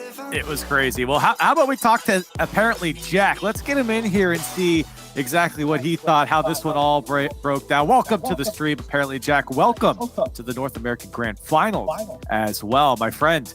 You looked stellar out there. Talk to me about this team coming into this tournament. You guys are in the Grand Finals now. Expectations met for you? I think expectations, exceeded a little bit. Of course, we're realistic. We didn't expect a top 2 finish in our first tournament together. We expected, steady improvement, but this is a bit more than steady improvement. So I got 2 questions for you. Number 1, have you looked at farming equipment yet? Because you guys are just farming NA like crazy. Number 2, how long have you guys actually practiced? Because you guys just flew over, I think, 2 weeks ago, if that? Yeah, well, I'm not sure about the first question. It's still very difficult. But so obviously we scrimmed on EU servers with me and Nolly on 100 ping for about 4 days. Still not like the greatest practice, but we were winning scrims. Didn't lose any, I don't think. And then we came here and we're doing really well in scrims for about 4 days before we had to play the first qualifier. Obviously did go well. Qualified for the second qualifier, and then we had a 4-day block of solid practice, and we knew we'd improve in that time. We had it planned out, so it worked out. Yeah, you guys have been very complimentary of Chronic. Of course, it's very easy for you to kind of hog all the spotlight because you're the one scoring the vast majority of the goals. But for the fans that are watching now, put over Chronic here. I mean, he's been a great addition to the team, has he not? Yeah, I mean, it's actually just stupid. Of course, I backed myself and Nolly as great players. But Chronic, man, this guy is special. I don't know how he hasn't been picked up by a top team yet. Well, apparently he has. Well, yeah, now he has. But it's only a matter of time before people recognize him as one of the best in North America. I think people already should. He beats players like no one else I've seen in the world. Every time he has the ball, he beats 2 players. It's stupid. Jack, what I saw in that last series, I don't know if I could ever speak about, because that was just utter domination. I'm telling you right now, and you're a very humble man. You're in this interview, you're like, yeah, the team's doing good, everybody's doing good. But I'm gonna ask you right now, do you think you're in the first grand finals of the Fall Open? After this performance, you think you're one of the best teams in NA? Yeah, definitely. It's not. I'd put it as top 3 right now. G2 and FaZe. You've got to beat them to be better than them. We've beaten, or we've done better than our opponents below us, or beaten them. So I think that I'd put us top 3 right now. But anything can change. It's the first tournament. Every team is still getting used to each other. We don't know how the season's going to go yet. Mm-hmm. Yeah, no, I think that's a fair assessment from you, and a humble assessment as you're sitting in the finals, at least top 2 here in North America. Look, Jack, you made a statement with your gameplay here today already. Before we let you go, any statement that you want to say to the fans out there, or maybe the haters, the way you guys have been playing right now? Yeah, I mean, I see NA seems to be more of a not a toxic fan base region, but like they're more they go out other teams more. They go out other teams more than EU teams fan bases. So it's good to prove them wrong. It's good to prove ourselves right. And shout out to Mobile One and Gen.G. Yeah, well, shout out to you. Thank you for coming on. Congratulations on at least your top 2 finish. We'll see you a little bit later. We got another series to jump into. So, Jack, we'll see you in a bit. Thank you, guys. So, that was ApparentlyJack from Gen.G. Let's talk about the bracket, Gibbs. We've got our first team into the grand final. Who's it going to be next? Gen.G is in the grand final last year for North America plus Europe. Like, if you made the grand final in a split, you made it to the major. And now the points ratios will actually favor you even more for a top 2 finish. So Gen.G looking fantastic to make it to that major. But now you got the number 1 versus number 2 of North America. G2 Esports versus FaZe Clan. They got thrown on the same side of the bracket because FaZe didn't have a great Swiss. But here we go. Who will be crowned number 1 in NA for now yet again? G2 and FaZe going to be kicking off here in our second matchup of the day, our second semifinal. Daz, give me the lowdown on this FaZe Clan squad. Oh, man, this is a FaZe Clan squad that are trying to do what seems like is the impossible. Break out top 4. Because that's been the trend for them throughout the entire last season. They're looking to break the curse. Of course, you got First Killer. Everybody's been talking about First Killer, saying that, yes, this man, the best player in the world. He should have had NA MVP. We've been hearing all these different conversations about him. But now with him, again, after a top 4 worlds finish, they kick AJ, they pick up Miss, Miss is excellent in its own right, but you would not think of them making that swap. Either way they do it, they're still just as successful, and they might even be better. That's what they're looking to prove here. Stacks, I want to come to you on G2 real quick. Give me your thoughts on this. They still got it coming into the season?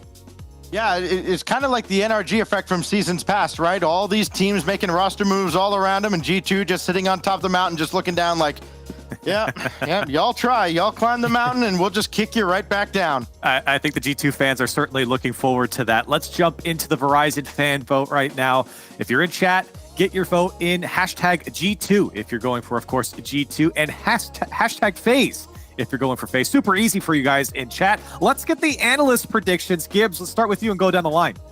Well, they went with Mist because he holds the master key to grand finals. I believe they will make it there. Now, Mist is playing exceptional. He's playing like a leader on FaZe, and First Killer, he's allowing that to happen, which is a very good sign. It doesn't have to be the First Killer show like all the time. So I'm going to go FaZe. I think it'll be incredibly close. I'm thinking going to Champions Field, but I'll go with FaZe here.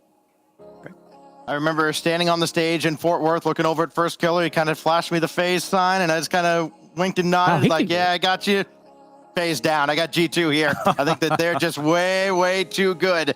And I think we're on course for a G2 Gen.G final.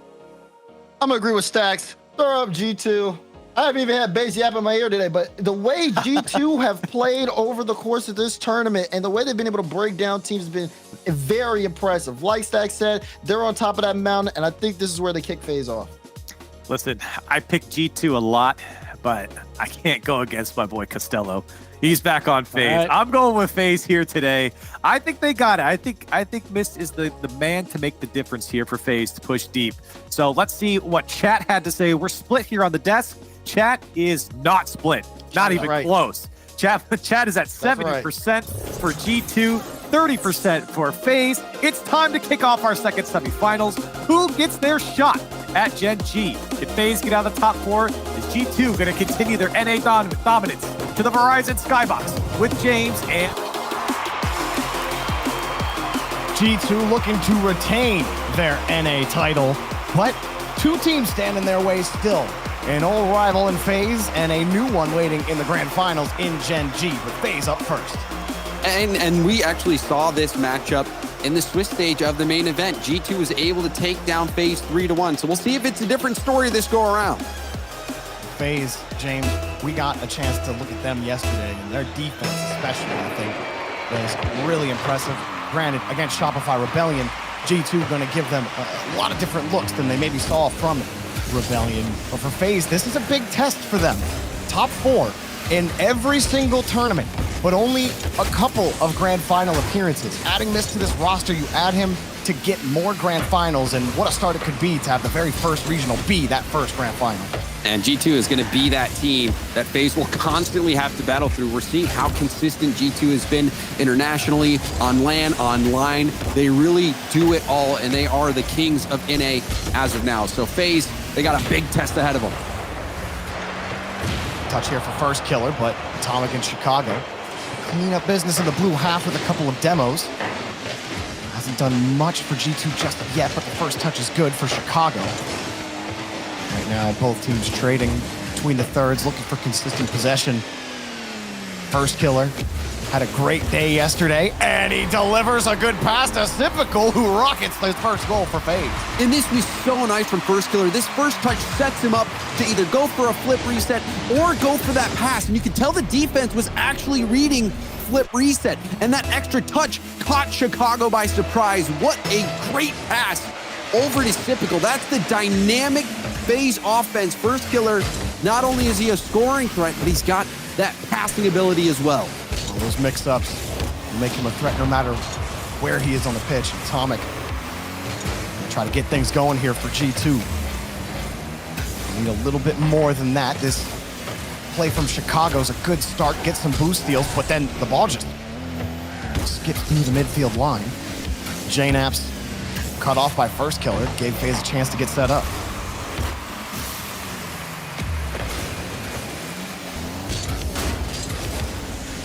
Still a battle here in the midfield. No one really coming away the sole victor out of these challenges, but Atomic starting to win a clean one. Chicago also demoed missed on the back end, but JNAP's touch was maybe hoping a teammate would be able to go for that one, but instead just gave up possession to first killer, and FaZe are back in the blue, but nobody up for the rebound. Atomic got there first. A little bit of panic on the G2 defensive line. The misflip from JNAP's on the backboard, and now the pressure's still coming in. Atomic! He wasn't in control of his car. It looked like he was hand braking as this shot was coming in. Yeah, and he had just wave dash, dodged the demo, or dodged the bump attempt, and thought he could get back to the ball. Fortunate for Atomic. Couldn't use that wave landing for the momentum. He ended up going too far out and turning around too far back into the net. Atomic pops this up off the kickoff, but FaZe get a much welcomed insurance goal early. Atomic fake touch for the goal for Chicago. G2 don't waste time. So smart from G2. They saw Sypical and missed airborne. FaZe, or first killer, also jumped for that, and that double commit really put him out of position. Atomic wasn't going to be able to get a ton of power on that shot, so he leaves it for Chicago. And not only does Chicago get a better shot, but the added misdirection from Atomic made that attack even more effective. Good response from G2. Atomic drills it forward again, put it back in FaZe territory. G2 gonna build some momentum off of that great play started by Atomic. A first killer alone with the ball. On the reset, and you can't give first killer that much space from midfield. You saw him fake the flip reset. The defense bought it. Why? Because this is what First Killer can do. Atomic trying to jump early, but First Killer had him dead to rights. A perfect flip reset. Atomic, probably more than most players, know all too well what First Killer's capable of. Those two played together back when they were both in the bubble for years. They would go through 2v2 tournaments, playing in all the bubble community tournaments together. Now, on two top teams going at it, but First Killer, he gets the last laugh on that goal. JNAB's gonna try to play this one out. He launches it back downfield. There's still plenty of time left on the clock. 2 minutes left. It has been an action-packed game one. Off the backboard. Another look here for FaZe. First Killer making it awkward for Atomic. 2, 3 touches, 4, 5, 6. Doesn't matter how many times you're gonna count it. Back over to the corner. Chicago gets it back to JNABs, and G2 can take a quick breath to back to the orange.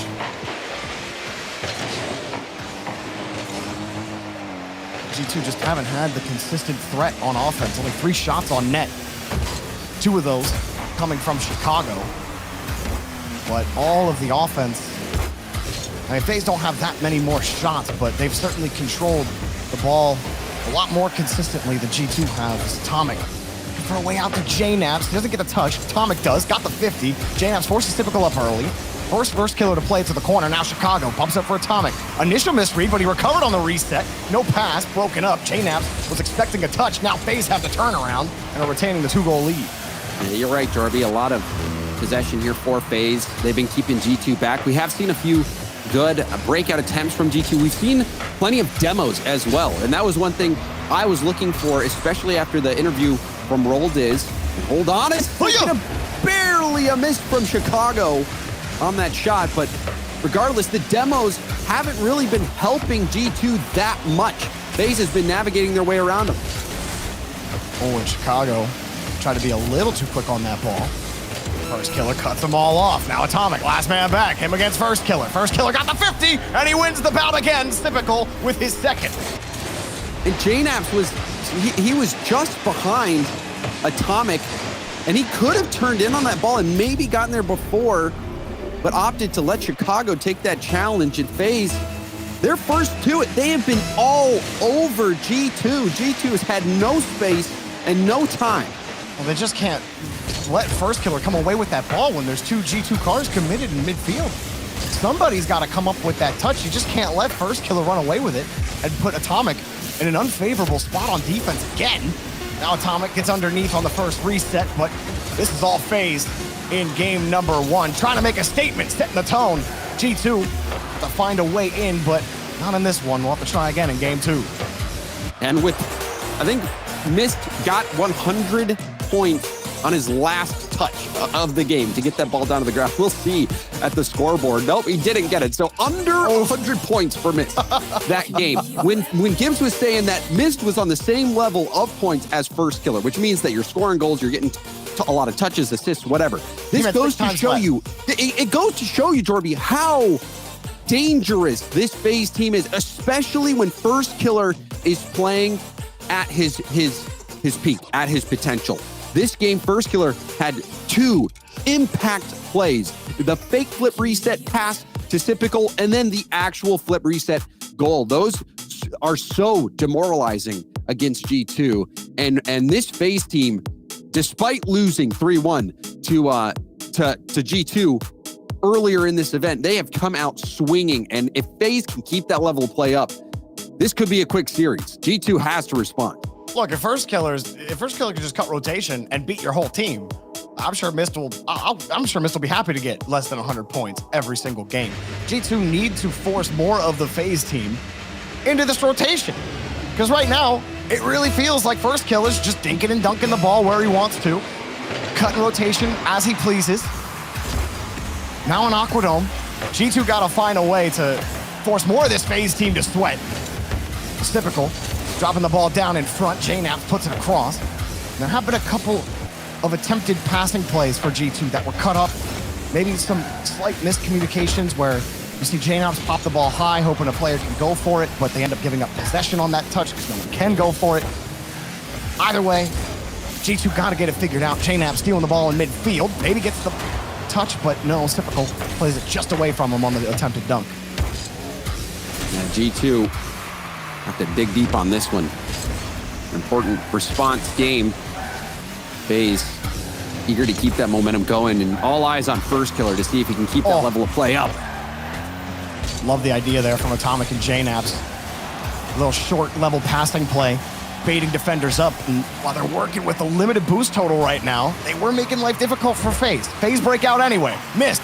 He saw daylight, but Chicago finds Atomic on the track, and Typical got the save. First Killer plays it straight back down. Oh, FaZe might have been beat on that transition. And that was almost the trademark G2 counterattack goal. I mean, you just find Atomic camped out at midfield and he blasts it in, but Typical defends it so well. And we've seen FaZe defensively has been on another level. Yesterday we were talking about how the Rebellion, they hadn't been shut out at all, and they got shut out multiple times against FaZe. This FaZe defense is the real deal. I mean, look how they're defending G2, even though they're getting to the orange half. They're actually getting a little bit of shot pressure, but then they're all in full retreat. They run out of boost. They're not able to retain the midfield, and FaZe put on some more pressure. That was all Typical. First Killer gonna play it hard, but Atomic got a quick clear. Chicago in the air, cut off. Too deep of a stretch pass. JNAPS hoping to keep it away from Typical, and successful. So James, G2, while the offense petered out, the defense surviving for now, but some of these balls were a little too closely to the net. Yeah, they have been. JNAPS getting shut down. Mist has been set up at the half line, keeping this ball in time after time. Finally, Chicago able to get the ball out of the G2 half, and it is a bounce pass to the middle, but no one there to take the shot. JNAPS gets there just in time. Mist had to blow his way through Chicago. But where FaZe had most of the ball control in the last game, it's been G2 dictating the pace. Even though they have to go back to the blue half, they've done a great job keeping that ball away from FaZe, not letting them get any extended pressure. And there it is again. Quick clear, transition shot denied. FaZe have actually been forced up a couple of times on these saves, namely Typical, who's been doing most of the defending. 5 saves for him. There's the second for Mist. Up high for G2, got it off the 50, and played back to the corner as FaZe try to protect the rock. Chicago bumps Typical off the play. JNAPS has to use a lot of boost to recover to the wall, and G2 will slow things down for now. Enough time for FaZe to get out. Like you said, Typical 5 out of the 8 saves that we've seen so far. Another double commit on the wall. Typical tried to keep that going. We've seen a lot of double commits actually from FaZe, but strangely enough, it hasn't really been haunting them. In a lot of situations, they've actually been able to recover nicely to keep the play going. So this style of play from FaZe, always having that redundant defender, it's been working out quite well, and it has been interesting to watch FaZe as they've kept G2, one of the powerhouse offenses of North America. They've been able to shut them out. Yeah, they've got nothing. I mean, G2, they do have 8 shots, but you talk about the double commits with FaZe, James. When you got First Killer as Typical, or really any combination of these 3 players going for a double commit, one of these players is going to get a decent touch on the ball most of the time, unless they end up running into each other. FaZe, they somehow make double commits look like the right play. It's First Killer. Maybe they are. Maybe they are in that moment. I mean, he's First Killer. I'm not, so he might know better than me. Chicago gets bumped off the play. FaZe are starting to grab this ball a little bit more. They're getting clears a lot quicker, hanging on to midfield with a little more tenacity. But they're across midfield. FaZe just getting there. Atomic didn't have any boost, but gets to First Killer quickly. That could have been deadly. And Typical with the back pass there. It was brave, and it was the right call. Typical speed edging out G2 over and over. Now we see a tactically timed demo from Mist, opening up a double tap. Killer. This was a thing of beauty. You cannot deny him. When he wants the net, he's gonna find it. Double tap, 1 boost in the tank, just to keep a little for home. We didn't see many demos out of FaZe. Then you see Mist timing that one. It opens a very, very narrow window. For most people, they cannot make that window work, but this is First Killer we're talking about. Man, First Killer yesterday, insane performance. First Killer today, insane performance. A song that we're hearing a lot as JNAPS looks for the tying goal, but Typical's there to cut it off. G2 are gonna need more pressure than that. Atomic gonna race, maybe get a pass to Chicago, pops it up high, but Mist not gonna bite early. Chicago sets it up, it's played down, and FaZe Clan 2-0 up on G2. Strong start, and defensively we're really seeing what FaZe Clan are made of against the G2 team that has appeared unstoppable, even taking down FaZe Clan in the main event Swiss stage. But this FaZe team, I mean, look at the saves. 6 saves for Sypical, 10 saves overall. The one goal that went in was really a remarkable double tap. You had mentioned how little boost First Killer had to work with, and it was just a perfect first touch into a perfect shot, top shelf. It doesn't get better than that, Jorby. It doesn't get better than that. First Killer, dude, that's not fair, bro. It's just, James, how can it be? It does call it a timeout. Just call it a timeout, and they're like, okay, guys, how do we find a way to remove First Killer's PC from his home? Is there any way to do this? Well, I mean, do you think they're talking strategy, or are you thinking like they're saying, hey guys, we might be able to catch a late lunch with how this is going? Where do you want to go? I mean, at this point, I think G2, if any team is going to recover off of this, they can, right? But with how FaZe look right now, I mean, it's going to be hard. Like Sypical, especially James, like not just on defense, because it's not just the saves, right? It's never just the saves in Rocket League, but it's being able to protect the ball and not let G2 take more shots afterwards. They were so good at getting the save and immediate clear. Could G2 go back? They had to go back to the blue half every time to boom the ball back downfield and try again. But FaZe were always there. And when you can't actually mount contiguous pressure onto FaZe's half, you're never going to get by. And Sypical's just going to rack up those save points and get another MVP. Yeah, it seems like an impossible task. I mean, somebody says, what do you do? Well, if forfeiting's not allowed, I guess you just have to sit and wait for it all to be over. FaZe has been dominant. They have been absolutely dominant. And my question is, can First Killer specifically, can he keep playing at this level offensively? Because that one goal, the only goal we saw was such a difficult shot to make. I think even for First Killer, most of the time, he's not going to hit that shot perfectly. It was so difficult. And that was the difference. So G2, they didn't score. They have not scored much. I think they've only scored a single time. But FaZe, they have just been, they have been proving to everybody what they're made of. And honestly, Jorby, I feel so wrong. Every prediction that I've made so far, even the grand finals FaZe predictions, I feel like I am just going to be wrong all year. It has not been a good start. It has not been a good start. FaZe is that good. Well, FaZe, they've had a good start. You saw Roldiz in the cam. He was vibing, had the hood up. He's having a great time. He's like, I'm big chilling. With First Killer playing the way he is, I can hear Roldiz from the whole way back here. Man, you guys are nuts. It looked like he was laughing. He was giggling. Out, so, yeah. I mean, with the way they've been playing, I'd be giggling too, let's be honest. Atomic, what a pass though to J-Naps, and he's denied! It doesn't matter! It's saved, and there was no follow-up. I mean, that was a juicy rebound, and Chicago is all the way downfield. Now Mist will go towards net rebound. It's tipped by Chicago. Atomic desperately trying to get it out. FaZe, they smell blood in the water. That was a desperate move from Atomic too, because Typical almost got him bumped off the play. Barely recovered. There's 2 touches, and J-Naps. Call on the knapsack to put G2 on the board. And Chicago sets this up. J-Naps, that touch. You saw Mist was trying to deny that option. Wanted to get up early, but could not make the read. That is exactly what G2 needed. That double tap puts G2 into the game. That feels real good, considering how locked down FaZe were for the last 7-8 minutes of play. They missed. And even before that, G2 were able to score in game 1. Now they got to keep it going. First Killer.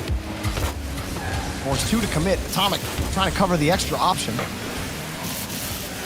It's more G2 defense. Atomic lobs it up, but the follow-ups just aren't fast enough. Now Atomic does shuffle his way to Chicago.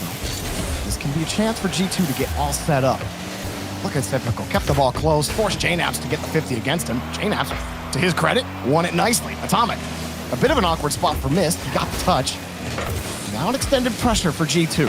What can they do with it? Well, Atomic and J-Naps get tied up. They left Chicago all by himself. He does make the grab, but he's only got 0 boost, and Atomic gets there in time. Wow.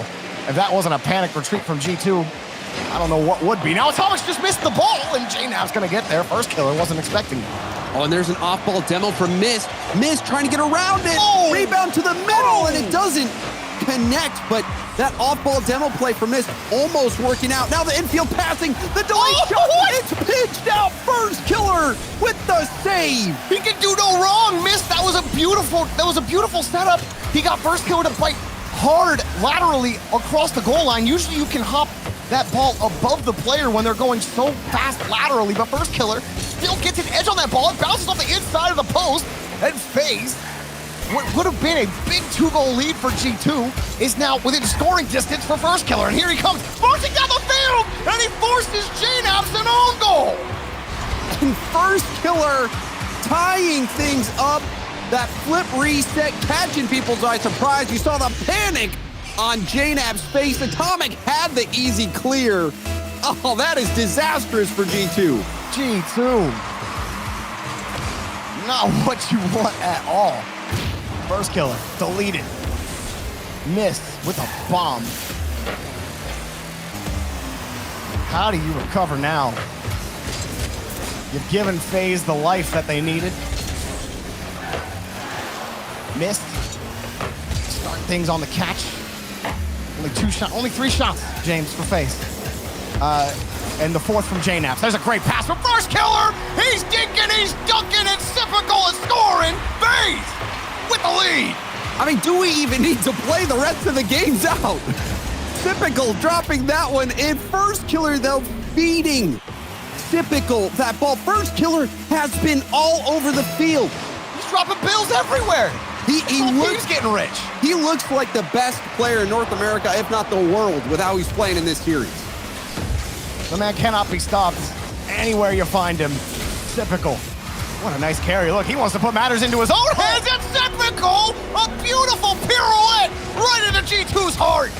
Typical off the wall, pushing it out. It's a literal 1v3. When you look up 1v3, Jorby, whether it's on Wikipedia, online, anywhere, that play should come up. Oh, man, that's right up there with all the classic Justin 1v3s. Your First Killer. Popped and saved by Chicago. G2 took that timeout. They scored the first goal of this game. It looked like how many timeouts with the results that you get. Maybe a game win for G2. Maybe they find a way to swing momentum their way. But then an unfortunate forced own goal by J-Naps, forced by First Killer, completely changed the makeup of Game 3. Now FaZe in position to put G2 on ice this early. This is something else, Jorby. I mean, we are seeing FaZe play at a level that we have not seen them play at online. I feel like this against G2 to do what they're doing shows the potential of this team. And I'm thinking the whole way back to the pre-show when it was asked how many FaZe Grand Finals will they make, and Achieves put up one finger, and he said the rest of NA is too good. FaZe are only going to make 1 grand. With the way FaZe are looking right now, I think there's way more than a single grand in their future. Adding Mist to this roster, they wanted that to be the next step. And apparently adding Mist only unlocked more of First Killer, which is, I didn't know that there was more to unlock, but here we are. First Killer putting on an absolutely dominant performance. Oh, by the way, Typical, he's been having a nice complimentary game as well, but move back downfield. No time left for G2. They got to score with some time left. Otherwise, they're down 0-3 in a best of 7. And for G2, this is difficult. I mean, it almost feels hopeless. They have tried everything, and nothing seems to work. Nothing seems to stick. Whereas FaZe, just any FaZe player can kick it into high gear and solo play. We saw Typical literally 1v3. We saw a picture-perfect double tap last game. Now a picture-perfect 1v3. This FaZe Clan team, they look unstoppable. I haven't seen Sip look this good in years. It's been literally years since I've seen Sip look this good. And I thought Sip looked pretty good at the World Championship, but there's something different in the water on this FaZe Clan team. It really, dude, this World Disc buff is real, dude. I can't. I mean, pick up Miss added Costello. Corelli's right. I mean, It's more than just one buff. I mean, we're talking about, Nick Costello buff. We got Roldiz buff. There's so many buffs coming in. It's like they're going into a 40-man raid or something. But no, all it takes is 3 to take down the boss of North America. FaZe is doing it. They're taking G2 down right now. G2, they have some life left, but what do you do against a FaZe team that is playing this well? I think one thing you can do is certainly clean up those slight mistakes. We saw JNaps with the own goal. That really did seem like the turning point for G2, who had bounced back early on, but after that own goal, things continued to fall apart. Maybe if they start connecting on some of their demos more often, that's something that FaZe have done really well, and something you pointed out earlier too, James, was G2, they're not going away from the physical game, but FaZe are just avoiding everything. And to be able to consistently avoid those demos, I mean, that's so hard. Jordan, game one, they weren't avoiding the demos. Oh, you're right, they weren't. And they still won. It doesn't even matter if you connect or not. Exactly. You're right, I'm sorry. It's tough. It's a tough day at the office for G2. Not something I thought I'd be saying today. With FaZe, they've set themselves up real nicely with about the most cushion you can possibly hope for. And with all the confidence to boot, Chicago just gonna launch that ball downfield. There's no one may be able to follow that up. Now JNaps left alone. Got a decent touch. FaZe might have got caught out here. G2, Chicago pick up the first goal. And this is something that G2 does better than any other team in North America, is those quick turnaround counterattack goals, whether it's Atomic or Chicago hanging out at the midfield, hitting that pass up and pulling the trigger right away before the defense can rotate back. We saw Atomic almost do it earlier in this series. This time, Chicago able to get that goal. So things starting to look up for G2, but immediately off kickoff, things getting precarious. Atomic will clear it out, but a scary moment right after the goal for G2. He forces two in the air, James. The net was defended, and Atomic was so scared that his teammate was going to get bumped that he jumped in the way just to make sure. But he actually almost put them in a worse spot. Now just misses the ball, or he doesn't miss the ball, but he misses the net. And that was about the best look he could get in the first minute. That one taken away. It's typical. Driving the ball over for G2 now, Chicago. Trying to get in the way of miss. Atomic keeping the ball close. JNaps is off for boost, so Atomic has to protect the ball himself. Did enough on the 50. G2, or Chicago and Atomic run into each other, and it ended up being a dead ball. JNaps' attempted flick defended. FaZe back on offense. And that was the right idea from JNaps to take the time there. The flick just wasn't high enough to get over that first defender. G2 can tell they're feeling a little more comfortable, but it seems so fragile. I don't know if G2 can keep this FaZe team at bay. We'll find out. Downfield, he's got the redirect. Oh, what a save from Mist, and the rebound denied. Oh, Mist. Wait, here's another one. JNaps, that shot not going to be defended this time. Knapsack delivers the second. And G2 gaining that confidence. Things starting to look up for G2. It was a nice pass from Atomic. The speed from Typical, able to get it by a FaZe defense that has seemingly been able to get their fingertips on almost every ball, but this time it goes just past, and now we see a 2-goal lead, potentially a 3. The flick will be saved, but still, lovely pressure from G2. This is the response that they needed. Gotta stop first killer. He's behind the ball. 2 touches, wide angle. None of FaZe were ready. Still getting set up in midfield. A two-goal lead is the most dangerous lead in Rocket League. Especially with how FaZe have been looking, I think G2 would be happy to find a third, but here's first killer. Dropped a little too far below the ball. JNaps might get that third down for Chicago, but he's downfield. Got the bump on Typical. Typical gets deleted, and JNaps puts it right in FaZe.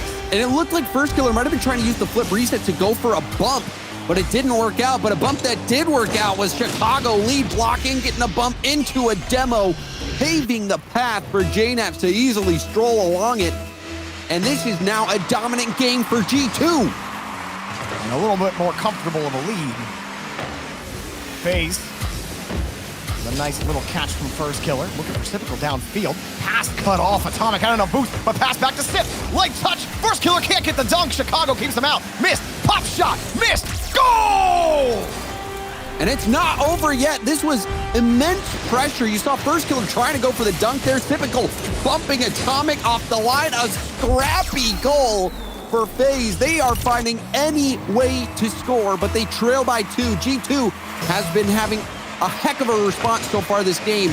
They're going to need to close this out. A demo on Atomic. Opens up space. Good first touch from Typical. Side flips off the ball. Pitch goes high. That is not what FaZe plan was planning. It was not the FaZe plan, for sure. Atomic pushing that one forward, and now it's awkward for Typical. He makes the grab that's missed, and as bad as it looks, as long as you get the clear, it doesn't really matter. Now Chicago, breakaway.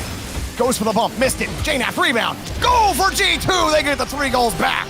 And that's a hat trick now for JNAPs. Chicago taking the space, trying to go for the fake flick. He did get stopped by Typical, but it was a good stop, actually. It set up that shot for JNAPs. And I like what we're seeing from G2. They're starting to slow the play down, recognize when FaZe does give them space, and then taking that space. We saw JNAPs doing it earlier. We saw Chicago do it right there. And that really is a testament to the mental fortitude of G2. It's very easy to start panicking and you start to play rushed Rocket League. But no, G2 happy to slow it down, and it was the right call this game. Oh, the dunk and a beautiful touch in response.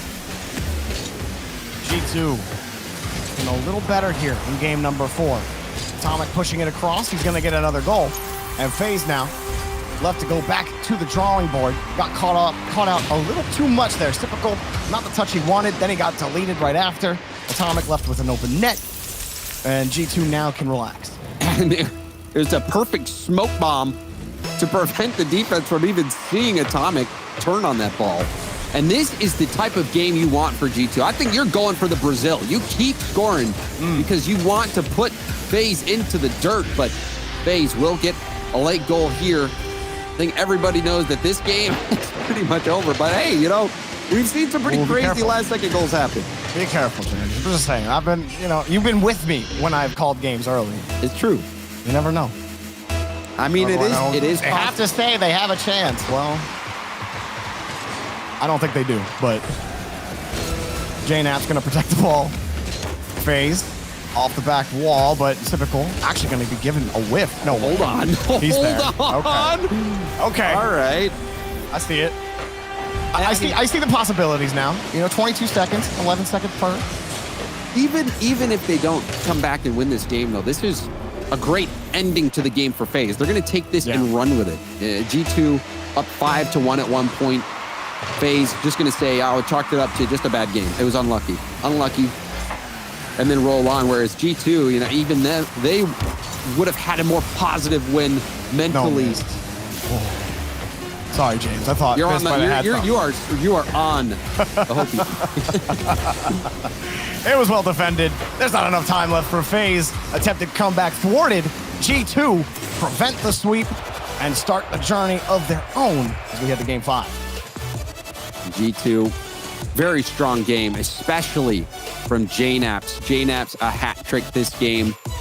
It was well fought by G2, taking the space that FaZe was giving them, slowing the ball down when they could. FaZe, they showed that they do have cracks in the armor. That defense is not impervious. 5 total goals for G2 when they have been tough to come by. You can see the smiles on JNAP's face now. Absolutely. So what's the comeback here for FaZe? How do you get around G2 after they so effectively trounced you in midfield and actually caught you out on rotation more than a couple of times? Is it just a simple positioning thing for FaZe, or where are you feeling like the pulse is right now? Well, I just think we have to see if G2 continues to make these adjustments. You might have to amp up the demos. We saw demos not really being utilized heavily by FaZe. There was the one missed demo that opened up that crazy double tap window, but we haven't really seen much of it. So if G2 continues to have success, I would expect to see more demos on the FaZe Clan side. Atomic gonna get the catch off the kickoff, and we'll see if G2 can keep things going. If Staff, you can keep those vibes alive on the G2 team. Typical comes across it. Now G2 just waiting to see how FaZe play this defense. Atomic, good read on the pass from FaZe. All the G2 forced back. I don't think anyone really had booster comfort, and first killer.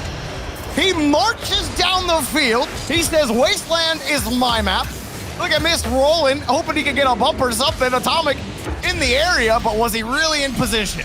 Just save the replay. If you want to see how to perfectly play defense, that first touch that he had off the ground, like he had to side flip low and time that bounce to perfectly get that hard hit up off the ceiling. That first touch was so crazy. And then to get the perfect double tap on the follow-up, he plays like a robot. It seems like these are shots that have been programmed. into stuff. It doesn't seem like a human could be that perfect on the shot. That was such a good executed play, or well-executed play from First Killer. Jaw dropping. Amazing how incredible First Killer has been, will continue to be, but G2 still get things going. I like how Atomic looked on their last push, but now he's just completely missed the ball, and First Killer's laughing the whole way to the net.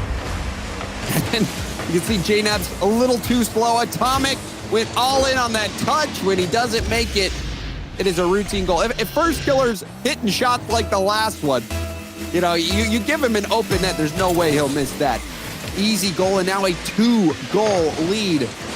FaZe, they started to respond late, and now they keep that momentum going here in what could be the final game of the series. Yeah, Atomic is the type of player he never misses those backboards.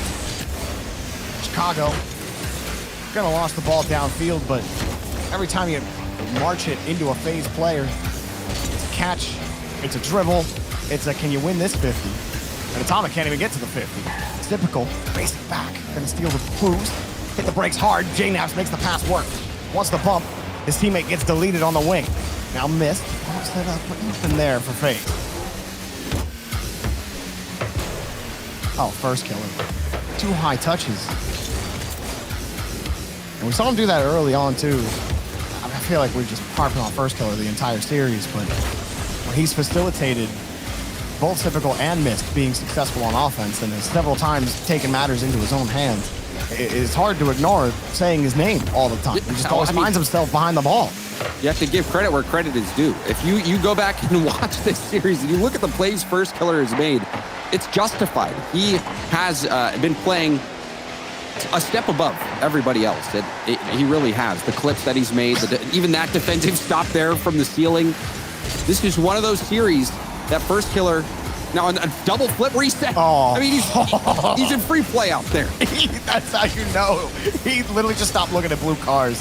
He's freestyling. Chicago. Oh my! Now First Killer, that's illegal! Psyonix, somebody do something! This cannot keep happening! You cannot have professional games of Rocket League and have this happen in front of us! Nobody, this should be, I'm sorry, if you're a kid, turn your Twitch off right now, okay? This is not good. This is not good. If I didn't know for certain that hacks were impossible to program like that, I would start to wonder. I would start to be curious about First Killer, but no, he is just that good. Now another chance. First Killer off the bar. And really not hamming this kid up, I promise. Oh my God. There's another one. Hi, he knows Atomic is there, froze him. And Mist is there. I'm sorry, James. I think I cut in on the rest of your point there. You were saying. I mean, there is no more point that I really had to make. First Killer. You think he's hacking, but no, he's just that good. First Killer has had his way with G2. Now with a minute 35 left, needs some magic to keep this series going. Atomic drills underneath the first player, typical. We talked a little bit about him as well, James. He had a nice 1v3 play, but how about him? That was a nice little good ball handling there from Typical on the ball. I appreciate you trying to bring in some credit for First Killer's teammates in the team. He's sitting at 715 points. Oh wait, Typical's got 181. Are still trying to get 200. He's got 3 goals. in the goals that we saw, this is First Killer's game. First Killer, you missed that one. Washed. Yeah, he missed the save there. So it is still a chance for G2, but this has been First Killer's game. Let's be real. First Killer thought Atomic was going to get that bump onto him, tried to jump and avoid him. And yeah, I guess if your teammates have less than 200 points, you know, you can claim 1v3, right? That's how it works. That's how my ranked teammates operate. First Killer. Trying to get back to this ball. It looks like First Killer is playing in a lobby with those people. It does. I mean, G2, I'm not disrespecting G2. I really am not. No, they got pressure here. Yeah. That is how good First Killer has been. First Killer gets in the way. JNABs has to wait. His approach is blocked by Typical. Atomic's got the catch. Good pass to Chicago. Got the fake. Chicago denied by First Killer. Drilling through. You're not good enough to get through one. That's a good 50 from JNABs. And Atomic inched probably a little too close to that ball. Had to pull back a little bit. Wants the bump. He doesn't get it. Mist is there. G2, they spend some time in the orange half, but they just can't find the net. and they need a goal with just some time left. Chicago, nothing. First killer's there, lands on J-Naps, missed downfield, has to field it to Atomic, and James, there's no time left. FaZe Clan with one more to boot for Typical with 2 seconds. It's all but done now. FaZe moving on to play Gen.G in the grand finals. As Typical said, there's no way I'm scoring less than 200 points. Let me get one. And so he puts it in. You know, look back on the score report of this one and be like, oh yeah, Typical definitely was helping out. But I mean, first killer, this was just one of those series. It was one of those games where you really see him break out of his shell and play at his peak. I think you can safely say that, Jorby. I absolutely agree with you, James. Roldiz is currently saying, yo, first killer, however you did that, do it all the time. Thanks. That's what I was telling him. Well, it is tough, right? Because you can't always play at that level. That was unbelievable. It was unbelievable how well, and I mean, it was a I feel like first killer more than most players could probably play at that level. But to consistently play at that level is almost impossible. But one thing that you can point to is it really was a team effort from FaZe over the course of the entire series. We saw great defensive stops in the first games. Typical always being there when first killer was trying to get those passes out to the mid. This is a FaZe Clan team that is playing better than we've ever seen. And so if this team doesn't win against Gen.G, then, you know, it would be shocking with how well they play. But Gen.G has been playing out of their minds as well. And so now we're just going to have to wait and see how this grand final shakes out. The first North American regional of the season is an international matchup. Gen.G with ApparentlyJack, Nolly, and Chronic. Gonna be taking on FaZe Clan. First killer, Typical, and Mist. You do not want to miss what's gonna happen in that match. That after the break.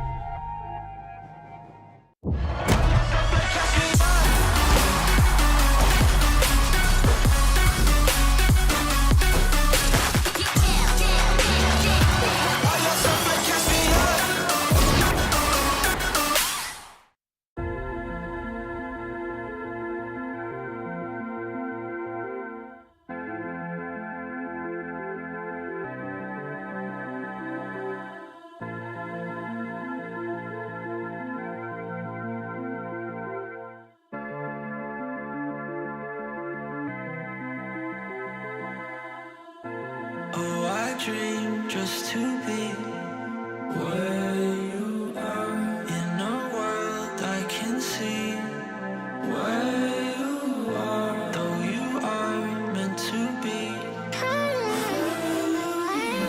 Wish you're here next to me, where you are.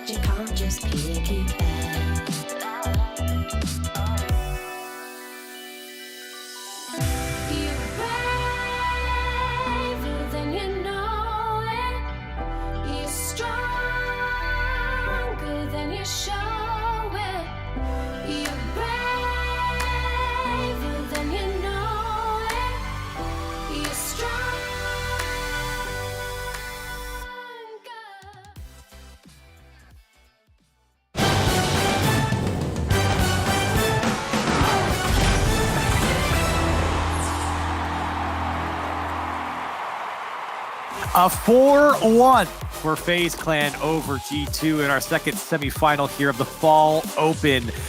Crushing defeat, I think, for G2 and their fans here. The chat was fully in favor of G2, and for FaZe, they took that personally. Welcome back to the desk. 2 of our matches out of 3 completed here. Gibbs, Stacks, and Daz back on here to talk about that series. Gibbs, I'll start with you. What got into FaZe? So I just want to formally apologize to First Killer, because at the beginning of today, I said FaZe would win this whole tournament, but Mist would be MVP. I apologize, First Killer, because that series was out of this world. We talk about players that can win you a series. First Killer, there's no one better at it. And he just dismantled G2. He had the double tap in game 2, the dunk on Chicago later in game 5. He was just everywhere on the field. And you look at, sorry, Curly, you look at the top scorers in this tournament. I mean, you're going to see them all in the grand finals now. You've got ApparentlyJack at 2, but right there on either side of him, first and third, First Killer and Mist. And that's incredible when you think about Mist, because everybody talks about his defense. He has been pouring it in as well on the offensive end. It's been a treat to watch. Daz, I want to get your perspective. You were talking a lot in the green room here during this series.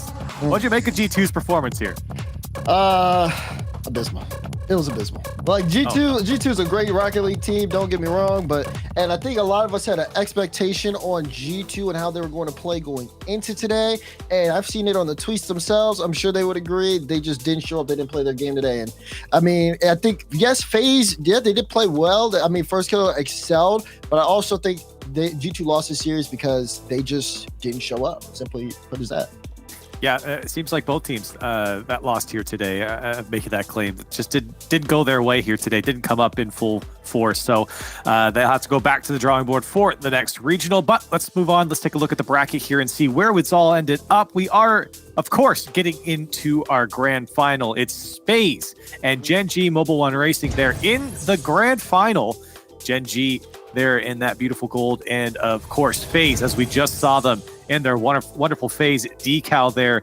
Gibbs, talk to me about these teams. Talk to me about Gen.G. How do they match up against FaZe here?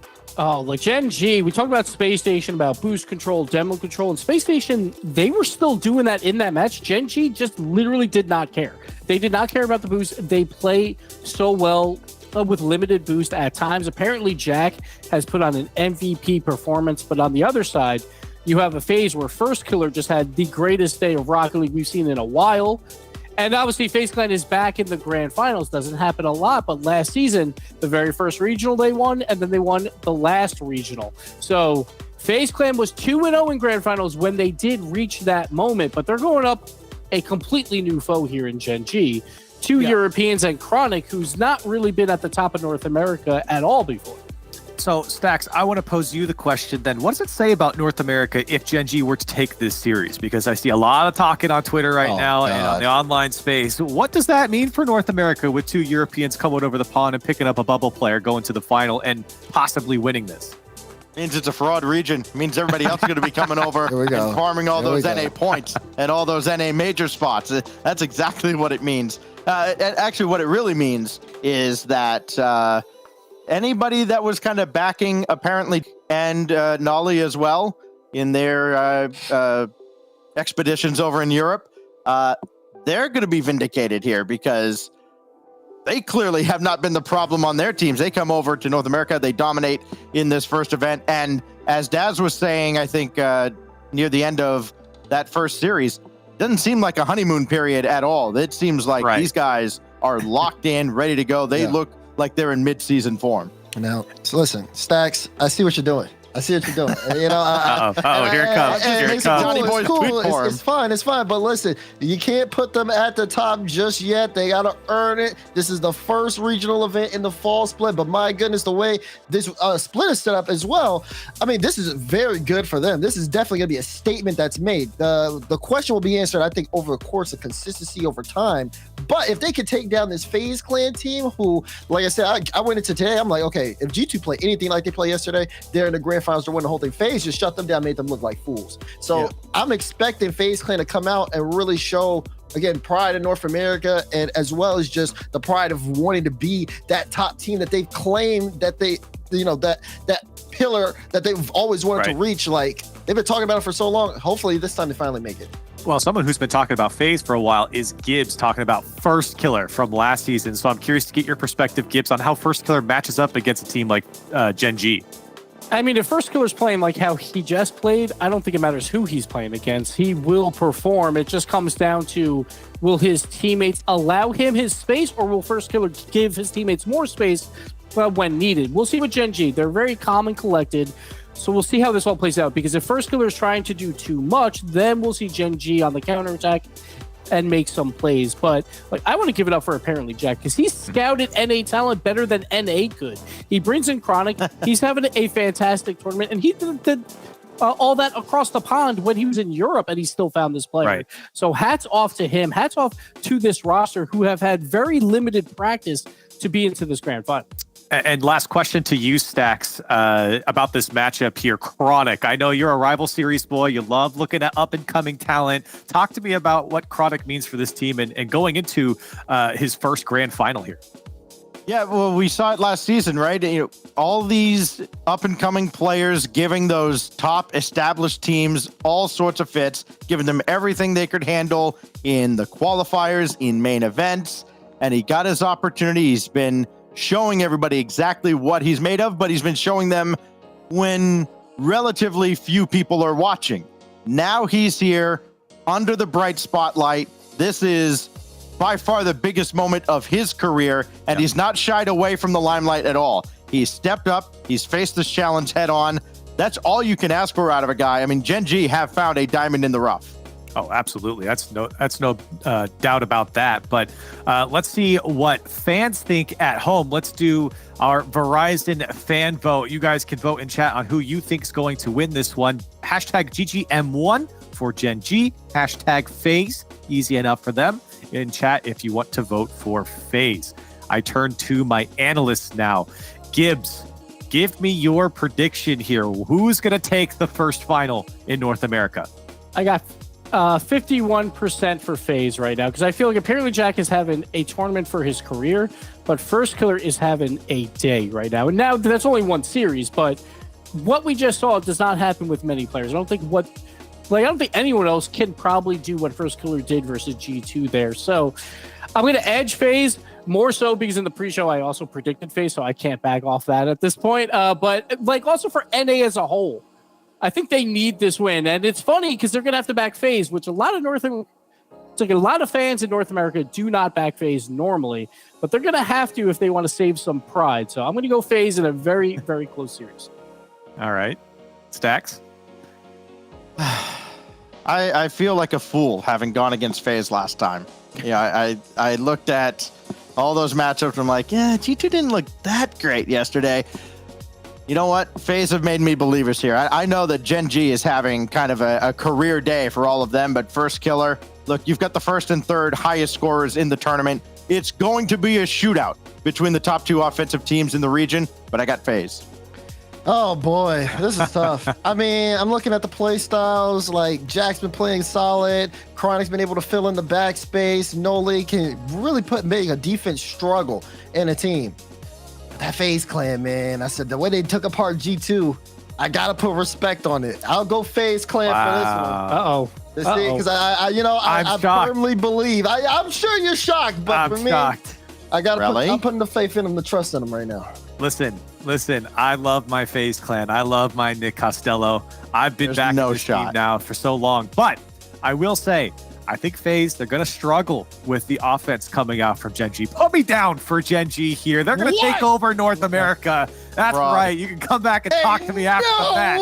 Yes, sir. You can put me down for Gen.G. I was going to do that the whole time. I didn't think you guys were going to sweep across here. I thought I was going to be back and forth. Let's see what the chat says in the Verizon fan vote. 58%. They're on board with me. North America. They might be talking facts here. I don't know. I don't know, chat. Definitely in favor. It's time to kick off our grand final of North America. FaZe and Gen.G face off in a battle that will surely define the season for the region. One more time, we go back to the Verizon Skybox, this time with Achieves and Subi.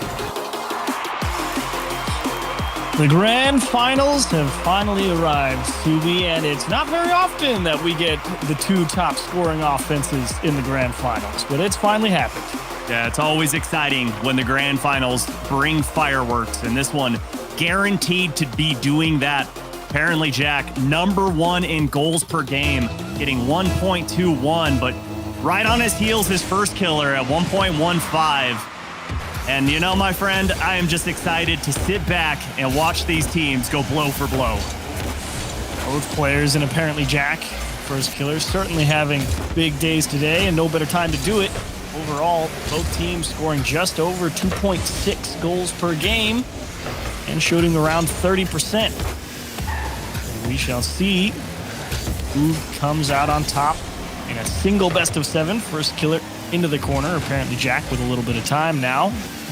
Trying to slow down pace of play with the air dribble around Sipical. Sipical been playing quite well in terms of put away potential. Missed, of course, really solidifying on the defensive side today.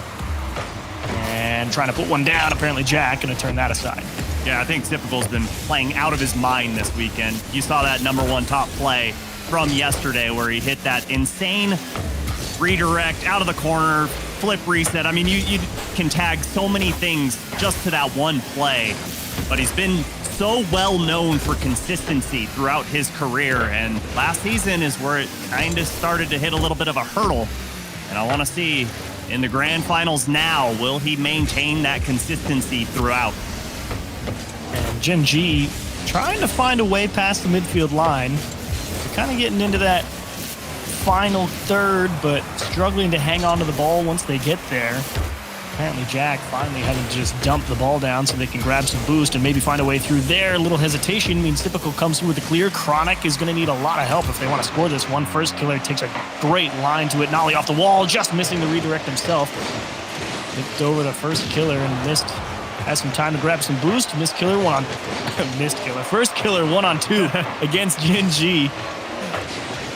They're combining into one right now, Achieves. I would be terrified. You've just performed the best performing offensive player on FaZe with one of the best defenders in North America. My. Thankfully for Gen.G, that is not the case, as Chronic pressing forward. Missed to delay the push, and FaZe actually holding the shot lead despite seeming to get pushed back under their half more often than not. Gen.G really struggling to find anything out into the middle into scoreable positions. Killer. For first killer. That's going to come all the way down, and he almost got the read. Beautiful touch there from Chronic to get that one away from the FaZe players. Chronic, much needed touch there as well, but first killer, a little too quick on that ball. And Chiefs, I want to know, are you as surprised as I am at how heavily favored FaZe Clan seems to be, at least with fans and with the desk, coming into this matchup, with given how well Gen.G played yesterday? I'm not too surprised that a lot of people still think FaZe is going to win, for sure. If anything, the surprise is Gen.G. They even said they exceeded their own expectations. I think for me personally, I really quite like the Gen.G approach to the game, and while it has some downside to it in terms of maybe allowing a little too much pressure in general, they close down a lot of space and they really force you to beat them. So I'm not too surprised that FaZe Clan in and of itself has a bunch of fans that think they're going to win, because they've certainly been playing well enough to do it here today as they currently try and break down this Gen.G defense. As Nolly for free out of his own half. And for Chronic, bit of a stretch. They hit Typical. There's ApparentlyJack, and he just gets too high. Chronic can't post that one either. Mist needs a little bit of help, but it does work its way to safety. Pressure mounting right now at the hand of Gen.G is ApparentlyJack. Just gonna launch that one forward, but you see Chronic all the way back. He had to go back for a big boost pad and kind of relieve that pressure that they had built up. But here comes Gen.G back on the offensive front, and great demo from Typical to take Nolly out of midfield, and that allows that ball to go all the way down. Another demo from Mist on Nolly again. He's just getting bullied in the back half, but Nolly there for the touch, able to get this ball back to midfield, and as we wind things down, 50 seconds remain, still all knotted up. First killer trying to get real aggressive, beautiful touch back down to Mist. Can he get over the top of everyone? First killer can't score it. Everybody misses on Gen.G and throws off the timing, so they end up getting a free clear. That could have been the dagger for first killer. Unfortunately, everybody coming up short as Mist unsupported there in the midfield. Means 25 seconds left. Overtime looming. You guys are playing so fast right now, and ApparentlyJack might have had an opportunity to fire that one on net, but Alexa just rotate back, let Chronic go up in the air, and 10 seconds to go here. Jack gets the steal in the corner, but Mist clears things out. Gen.G playing so spread out. ApparentlyJack, big touch, trying to keep this ball alive. End it here in game number 1, and with that ball hitting the ground, overtime to be had here in our grand finals. I do kind of like Gen.G going for some of those shakeups in timing as they approach the ball on offense a little bit. See if they can catch FaZe jumping at something they shouldn't. As First Killer threw a couple down to Mist. That one's going to find its way in. First Killer manages a challenge beautifully to get this one out into the middle. And pressure right out of the gates here in overtime. But a great drop down pass from Typical, top of the box. And Mist just keeps that one nice and low and finds the opening, and FaZe Clan take game number 1. Big goal for FaZe Clan, and what a way to do it as well. It definitely was going to take something like that, it felt like.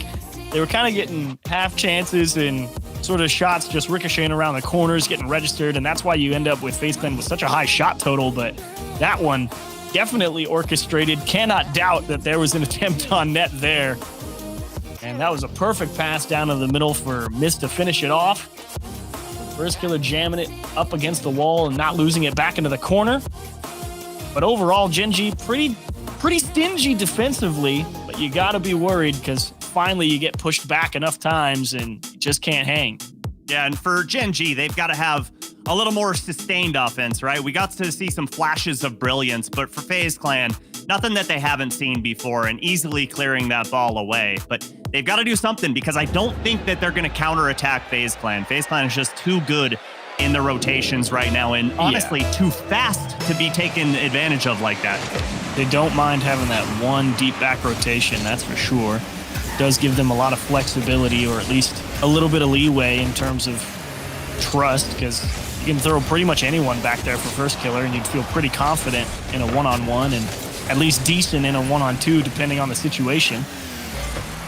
There is something to be said about FaZe picking up Mist and really leveling up their defensive potential. As Nolly down to Chronic. That one's probably needing to go in there. Unfortunately, just got around it a little too much. Very close shot there, but you got to be on the mark, just like Typical is with this one. Runs the length of the field, and FaZe Clan up early.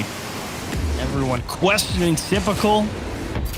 He got roster swapped, found a home in FaZe, and he's starting off this season with a bang. Couple of beautiful shots now, receiving the long pass, delivering a big strike to put them out in front in game 2 as well. Nolly uncontested here in the midfield. Not quite over Mist. There's ApparentlyJack close behind him, gets bumped off the ball. Good press from Typical to prevent the goal-scoring opportunity as Chronic gets up a little bit late. First Killer 1-on-2, just going to poke that towards the net, and FaZe kind of needs a little space to reset themselves here. And for FaZe fans around the globe, got to feel confident coming into this matchup. Already 2 goals on board, and First Killer not involved whatsoever. Good things to be had from Typical and Mist as Jack gets that one over to Chronic, and he puts it off of the post. A little too tight on that angle, but I love the idea there, and I love the unselfish play that we're seeing from Gen.G. Yeah, a great approach from Chronic, to be honest. Yeah, it looks bad because it goes off the post, but he knew that clear was headed all the way across the net, was trying to get out in front of it, jam it home without any opportunity to save a second chance. Unfortunately, just ticked wide. Nolly cannot get the redirect with ApparentlyJack. Typical coming out of the corner makes another save, and that's 3 balls on the goal line for Gen.G that haven't found the back.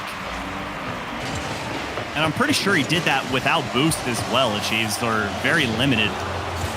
Very impressive stuff coming out from FaZe, really showing their dominance so far in North America in this fall open. Is Gen.G trying to get a hand at offense here.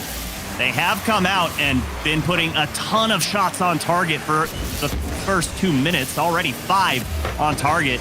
When you look over at FaZe Clan, only 1, but that one, they made it count. Okay, I like the idea of First Killer 1-on-1 all the way to the back post, and he saw it coming, dove early, didn't hesitate or get tied up thinking he needs to defend the middle or the near side. Just went all the way to the cross. knowing that his teammate was going to be there to defend. Miss steals the ball away, puts one on target. Nolly gets beat. FaZe is up 2. He's just too good. Too fast to get to this ball. A misplay there from ApparentlyJack, and Miss just beats Chronic to that ball. And FaZe Clan soaking up every little mistake that Gen.G's making. Put the hands up if you're ApparentlyJack there. Definitely a little frustrated. Another? As first killer on the kickoff. Oh, a disaster in game 2 now. It felt like even being down 2, half the game left, you're still within striking distance, but a cheeky redirect from Semifinals, and now you're kind of sitting here scratching your head like, well, I guess we're going to be down 2. It's a long way back to find 3 and 2.5. Well, not what you want to do for Gen.G. Obviously, give up a goal, but you don't want to give an easy one up to first killer when you've been doing such a good job at denying him his shots and goals. You just allow him to see that ball, find the back, and I don't know what's going on. All 3 members of FaZe Clan going up, getting that touch. I mean, they had the 1-on-2 transition on the kickoff against Miss. This one goes off the backboard, totally uncontested for ApparentlyJack, and not good enough. The play takes too long to develop, and FaZe has time to recover. That's what now? 5 chances on net where you felt reasonably confident in Gen.G's chances. FaZe Clan defense working overtime in game 2, and it's paying dividends here as they refuse to give even an inch back. Yeah, Gen.G, well, they might be on defense a little bit here in game number 2. Still not one save on any of the shots that have come out from FaZe Clan. And when you look over at FaZe, yeah, they've given up a lot of shots, but they've had 5 saves to boot. So great defense, great redirect. Love this pass upfield. The outlet is found, and first killer hammers it home. So you're not going to see that on the replay, but ApparentlyJack and Chronic, they got tangled up in front of the orange net when that ball was challenged by their teammate. I mean, they were trying to rotate back, and as one went for the challenge, he landed on the other guy trying to rotate out, and that's why nobody is back in time for Gen.G to stop 4 from going in. Worst case scenario with the Gen.G rotation right there. Cost them 4 and gonna put game 2 on ice. Oh, nothing to do now but Gen.G except be frustrated that you've had such good chances on net and been unable to convert. Dump down to the middle, ApparentlyJack off the post, and you still can't find one.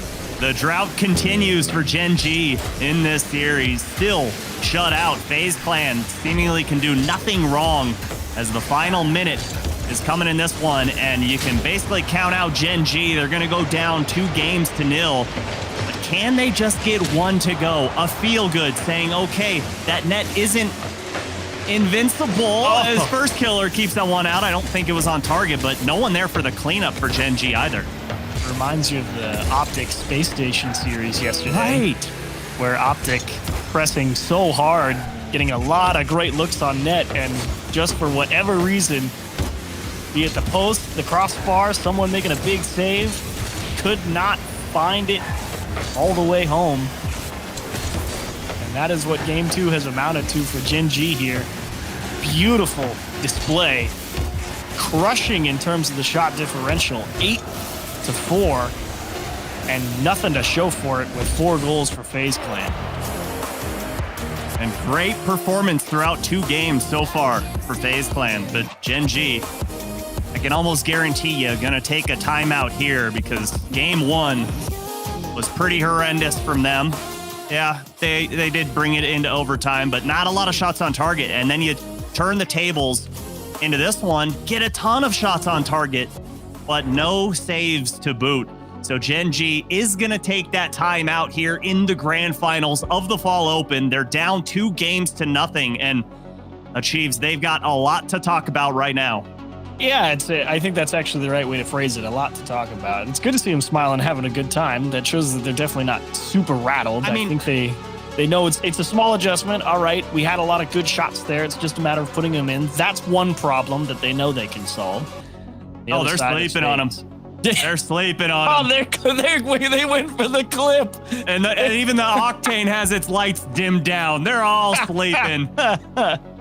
You love to see it. You love to see it. And while we talk about FaZe Clan, we've brought up Mist a lot and the great things that he brings to the pitch offensively and specifically defensively. He is just a brick wall back there. But you can't bring up FaZe Clan without bringing up Raul Roldiz and all of the great things he has done as their coach. Because yes, you can come in with specific game plans for teams and specific things you want your team to practice on, but what he has done for their morale, I think, is the most important thing overall.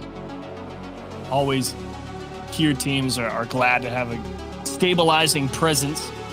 And it does definitely seem to be something that Raul has brought to them over on FaZe Clan. And your Gen.G kind of sitting here thinking, okay, shots are one thing. The other problem is it's not even just missed on defense. I mean, typically seeing him dive back from the midfield because he can just tell that his teammates are going to be in a bad spot, and he's actually going to have the best look at a clear in some of those spots. I like just making you scratch your head. If they show it. Where is it? Come on. This one right here. Absolute precision from first killer. It didn't even come off weak either. No, not at all. Off the wheels, but still with power. That's good. Very good. As this timeout winds down, I'm very interested to see what changes Gen.G are going to come right out of the kickoff with, because I think it's very important to come out and make a statement early in game number 3 here. You got to obviously get a goal, but I would love to see it within the first 60 seconds. Biggest thing, obviously, I think will be pressure, because you're right. First minute after you take the timeout, you'd like to see some of your adjustments paying dividends, as unfortunately Nolly was there for it, but apparently Jack got a little extra piece. His first killer, perfect half flip. Oh, saves the ball off the goal line, but this is exactly what I wanted if you're Gen.G. Even if you're not scoring, you're keeping the pressure, you're making the changes. That one's off the bar. I don't think it would have mattered. Looked like Mist had it covered up. Gen.G coming out storming and ripped on target. That one also off the crossbar. Great transition from FaZe Clan saying, okay, you guys can come out with pressure, but you bring the pressure. We're going to bring it double so to you guys as first killer. Awkward touch there to slow it down, but works out in FaZe Clan's advantage as Chronic just has to try and launch that one to get it out of his own half. Apparently Jack going to push it back downfield, but it's the positioning that we were talking about earlier from FaZe Clan that we've seen such success from. You can't just go with those long clears downfield. Nice touch from Jack, but Mist screams that one downfield. Apparently Jack really trying to hit him with the mix-ups in the approach. Thankfully FaZe ready and able to defend. Yes, just keeping things in the mix here. Doesn't really have a lot of support. That's more of a time-buying touch than anything else. As it will work out. First killer stretching towards the ceiling. Nolly definitely ready for that one. Demo going back the other way for ApparentlyJack. Chronic's on an air dribble. This one's going to come off the backboard. First killer with a free dribble. Definitely the right play to trap it there. No reason to press before your team is ready for you. A nice touch there from Jack. Gets the bump, gets the catch, gets the carry, but can't push it through. Missed yet again, holding down the back line for FaZe Clan. And they continue to hold Gen.G scoreless. Great saves from Typical and first killer against the initial approach, and Mist, like you said, coming back from the midfield line to take that one away towards safety instead of having the ball keep bouncing around in the midfield. Mist pops one off the wall. Chronic is diving because he thinks Typical is there. He ends up being right. Great awareness overall from Chronic on that save attempt. As we are about to reach halftime, and you can scratch your head if you're Gen.G. Flicked over to first killer. He's going to steal away the corner boost. All the Chronic trying to throw up a change up at Typical, and he sizes that one up beautifully. You know, for Gen.G, I don't think it's a matter of scratching their heads, trying, hold the phone as this ball gets out. Nolly, a little breakaway, and bye-bye, see you later. Typical deletes him, but I think they've been finding success with the changes from that timeout. It's just a matter of that accuracy, and how funny that we brought it up at the beginning of the series of the two best accuracies coming into the series, and Gen.G's has just been miserable this series. Post, crossbar, post. It certainly felt like post, crossbar, big save, post, crossbar. There we go. Sounds like you're inputting cheat codes to Rocket League, and maybe that's why Mist is so successful. He just continues to input those. He's going to make another stop here in the midfield. Chronic one-on-one against Typical. He's equal to the task. Taking this one down gently to prevent throwing it straight into the waiting arms of ApparentlyJack. Nolly towards his own corner. Good bomb. Got a piece of AppJack. Beautiful recovery, though. Back down into the orange corner. It only takes one. Gen.G doesn't really care how much they win by as long as they get themselves back into the series. Typical sticks them to the dartboard, and They'll give FaZe a lot of time here on defense. Opportunity here for Chronic, but Typical waiting on that backboard, turns that one away. Here comes Nolly, beats out First Killer, missed awkward on this back wall, but great clear and better demo from First Killer, opening up a lane. The shooting lane's wide open for Mist, and FaZe Clan strike first in game 3. Chronic turned into smoke in the midfield and just hoping he could respawn. Everybody else caught too far forward. Unfortunate happenstance for Gen.G. Down 1 again. 64 seconds to work with. And again, they're leading in the overall shots. Got 7 to 5. Nolly 1-on-1, and First Killer just stares him down, says, "You won't do it." And he was right. Almost daring him. I dare you to try and do it. As the demo comes out from Mist. Aggression all over the field from FaZe Clan as Chronic spawns right side. And here we go, 1v1 opportunity. Nolly gets denied by Mist. He just dives at that ball and says, "You're not even getting a shot attempt." First Killer can't get over the top of Nolly. He will take out Chronic. Gonna force everybody to reset. ApparentlyJack trying to size it up. Chronic gets a perfect respawn, though. In a great spot for it. ApparentlyJack off the corner. They both get tied up in the corner. Chronic has to hit a worldie. It's going to go all the way around the defender. They're going to score with 19 left. I really enjoy this one. As you see, Mist thinks the demo's coming through, so jumps up. Great fake there from ApparentlyJack, rotating through the goal line to get Mist in the air and allow Chronic that opportunity at a shot on net to tie us up late. That's what I'm talking about with that FaZe defense. How it says you have to make the perfect shot to beat us. Yes, Mist did get faked out, but if you look at the line that Chronic had to take to actually score that, that's a tough shot out of the corner. Nolly trying to get in First Killer's face. ApparentlyJack almost gets it through him. Unfortunately, got a big bite taken out, and OT has arrived. Gen.G like to get things going back in their favor. They just throw one out into the middle in a dangerous spot, though. Cut across for Mist, and FaZe looking to start it and end it quickly in OT. So far, 20 shots in this series. Big miss from ApparentlyJack, and Typical didn't get a shot, but Mist will. And First Killer with the follow-up denied by Chronic. Great defense at the top of the box to come and take away the shooting lanes as Typical has the flip reset, denied by Nolly, but the offense going to continue here for FaZe Clan, and ApparentlyJack, Mist rotates on that, but Mist couldn't capitalize. Look at these demos, and Chronic doing the smart thing and taking it immediately into a dribble. He knew he needed to buy time. ApparentlyJack doesn't have a lot of boost. Dipped off to Chronic. Here comes the third man on the respawn. Nolly top corner. That's going to go into the net. Gen.G finally get a game. Great follow-up shot here from Nolly. Thought this one might have rattled off of the crossbar, but bar down and in. You ain't saving that. And Gen.G utilized that timeout to perfection, completely change their gameplay, and get the dub in doing so. Whew. Close call, though. Overtime, no sure bet. A lot of good timed demos for FaZe Clan. Unfortunately, just weren't able to get the shots going. ApparentlyJack almost got caught out in the overtime, being too far over to the side, and had a beautiful half-flip recovery towards the net to make the save, but that was close. Gen.G could have easily been down 3 here, but they make the saves. They make the plays. They finally get the ball to go in the net.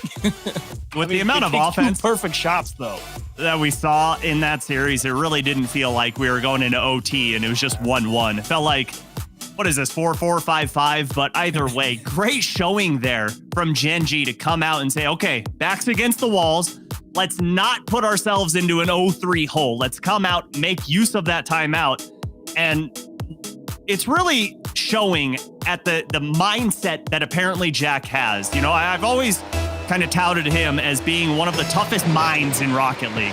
Feels like he's such a hard worker. He goes into things, really wants to figure out his opponents. And that really shows in his 1v1 plays, right? But coming into this 3v3, figuring out what FaZe Clan was utilizing and how they were having success and how they could counter that, brilliant.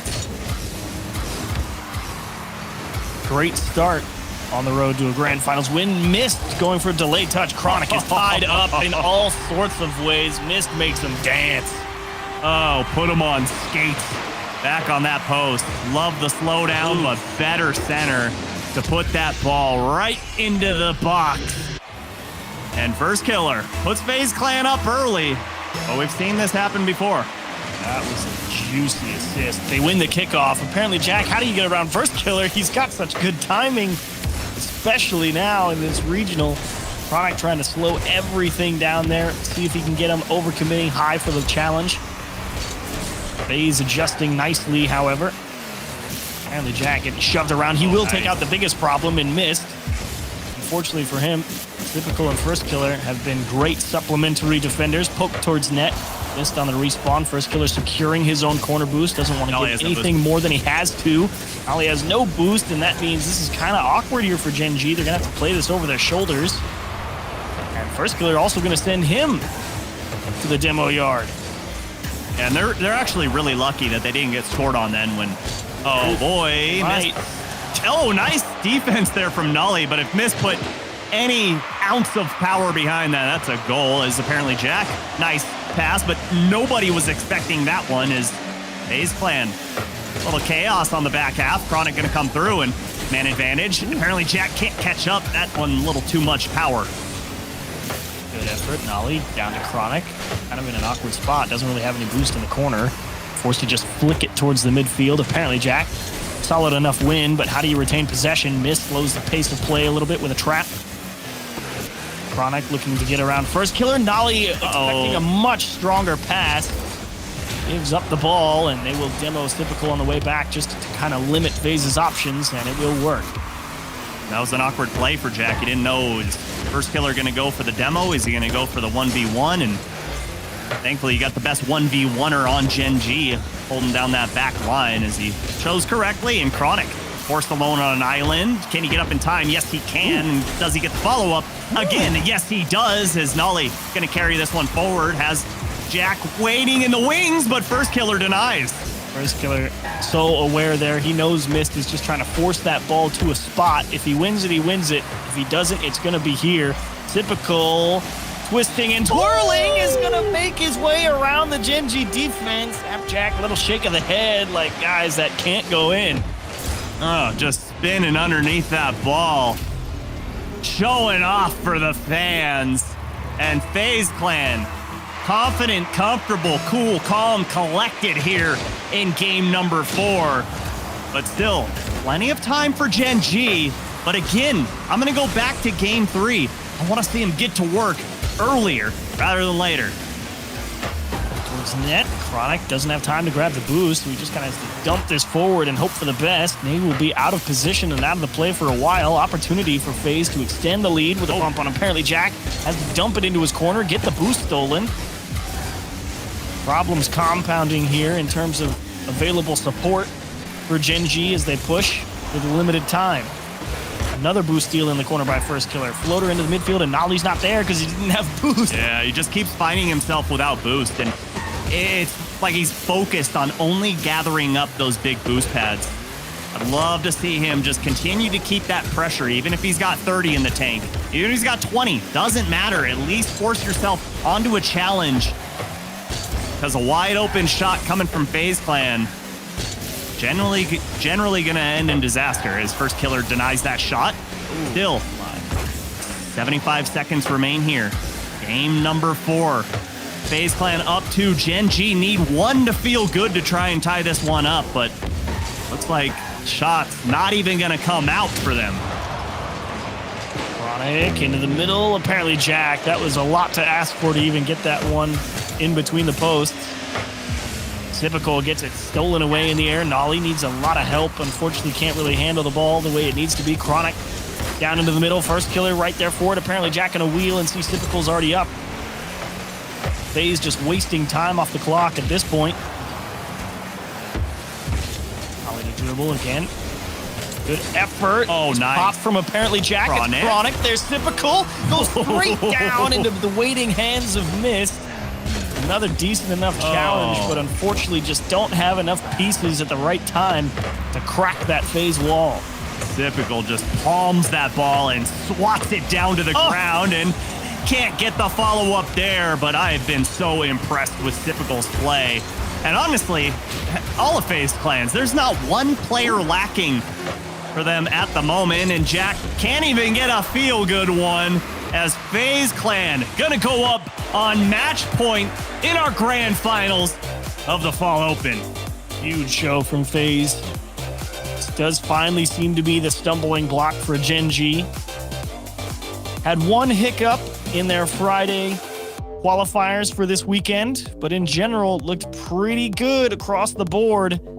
And today, lights out against their opponent in the quarterfinals.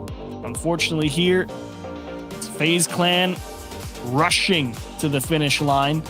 No time to breathe for Gen.G, and you may start to look at the differences and say, you know, Gen.G are all great players, but there's something to be said about FaZe Clan have two rock-solid players in First Killer and Sypical who know what they're doing, they know what they're about, and this just has to slot himself in, whereas Gen.G are trying to compete and win a grand final with, to be honest, not even close to the same level of synergy. It's not even comparable. They don't have 365 days of experience with each other, you know what I mean?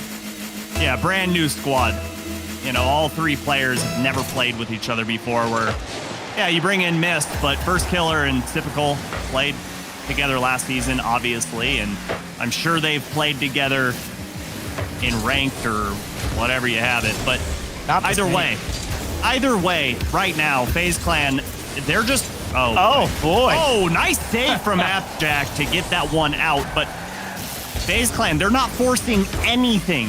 Whatever that ball is giving them on the field, they're just taking it and running with it, where it just feels like Gen.G continues to try and force the issue. It does help that First Killer continuing to play out of his mind here in the grand final. Nolly, little poke towards the net. Typical times it well. ApparentlyJack, just a floater. Hoping that maybe something good will come of it. Drop down in front. Mist is all over it. Read the bouncer perfectly. That's the other problem. You may be able to beat the first guy who's got a decent line on you, but the support defense of FaZe has just been phenomenal. Great control there by Chronic. He got bumped by First Killer and was somehow able to maintain his composure, follow through on that touch on that ball, and get that clear all the way downfield. Great infield pass. Better shot, not able to be stopped. And ApparentlyJack puts Gen.G up 1. Try as you might. First Killer, you've been reading the game well. You saw this one coming, but that is tough to save. Facing the wrong way. Shots over both shoulders available. Makes the cut to the big side of the net. And unfortunately gets it over the back shoulder. Could never stop it. Beautiful placement. As Gen.G going to call for a pause, it would appear. And we will get information to you guys regarding that as soon as we know what it is. We will absolutely do that. And for Gen.G, you gotta feel good there. Not only are you on the board first, but you're getting ApparentlyJack with his first goal of the series. And for this team to be successful, he has to be at the forefront of their offense. He has to be the one getting primarily all of the goals. I mean, obviously, Nolly and Chronic have their abilities, but the offensive powerhouse, you gotta run everything through ApparentlyJack in my mind. And right now, looks like they are figuring things out. Just appeared to be a brief player disconnect from Chronic's end, but he is back, and we should get restarted pretty soon on that kickoff, so don't think this pause should be particularly long.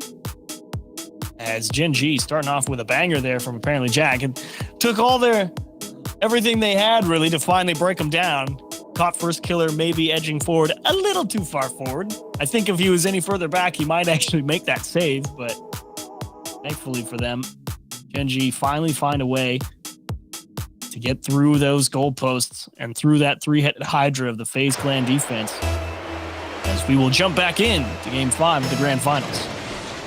And we need to see more of that from Gen.G. Not just infield passes, but passing plays in general to try and get someone from FaZe Clan to jump out of defense, because as we have seen, that three-headed Hydra on defense, nearly impossible to get past. It goes back to what you were talking about, feeling like Gen.G maybe trying to force things a little bit too much on offense, and that's just a product of how FaZe are playing the ball. I mean, they are winning the ball a lot on some of the challenges. What? Gosh. That's almost in? Okay. Kidding me. I thought he put that in for a second. I did too. Uh-oh. Oh, awkward. Not good. That's what we're talking about. Like, ApparentlyJack, he doesn't have another choice right there. And now he's trying to execute, find a way through. And the approach from FaZe Killer limits all the First Killer. That's twice now today. It limits all of their options as Mist just comes storming through. Gen.G kind of stutter on the goal line. And they get equalized. And take note, because this is how you put the defense in a blender. They got him going from left to right, right to left, up and down. And got him dizzy. And FaZe Clan tie us right back up. Timing very solid from FaZe on their approach. ApparentlyJack needs a little help from his teammates to regain possession, and Mist just sits on that challenge. Steal that corner boost again. FaZe more than happy to take away as many options as possible from Gen.G. First Killer. To himself off the ceiling, coming along at it was Mist as well, and this could be a chance, but unfortunately the ball's just not in a playable spot for anybody on Gen.G, and FaZe has all the time in the world to reset. Oh, nice demo there from ApparentlyJack. Chronic launches it a little bit too high if he puts that one on target. Surely Gen.G goes up by 2, but missed there for the save off of his own crossbar. Gonna push this one right towards First Killer. And I love how they're always looking forward for a teammate to get that clear downfield as opposed to just launching it and going for those booming clears. Gen.G pressing here, typical. Out to the middle, and ApparentlyJack just a little too close, can't catch it cleanly. First Killer steals away. ApparentlyJack will double take the boost just to prevent FaZe from stealing it. Dumped into the middle, free ball here for Gen.G. Got to handle it well. Actually kind of drops it, and Typical's going to come pick his pocket and take it all the way to the bank. Yeah, not the greatest touch at all from ApparentlyJack there. That one gets way too far in front of him. He needed a much softer touch, and just a perfect shot from Typical. Going far post and in, and more importantly, putting FaZe Clan up by 1. And might I remind you, they're on match point.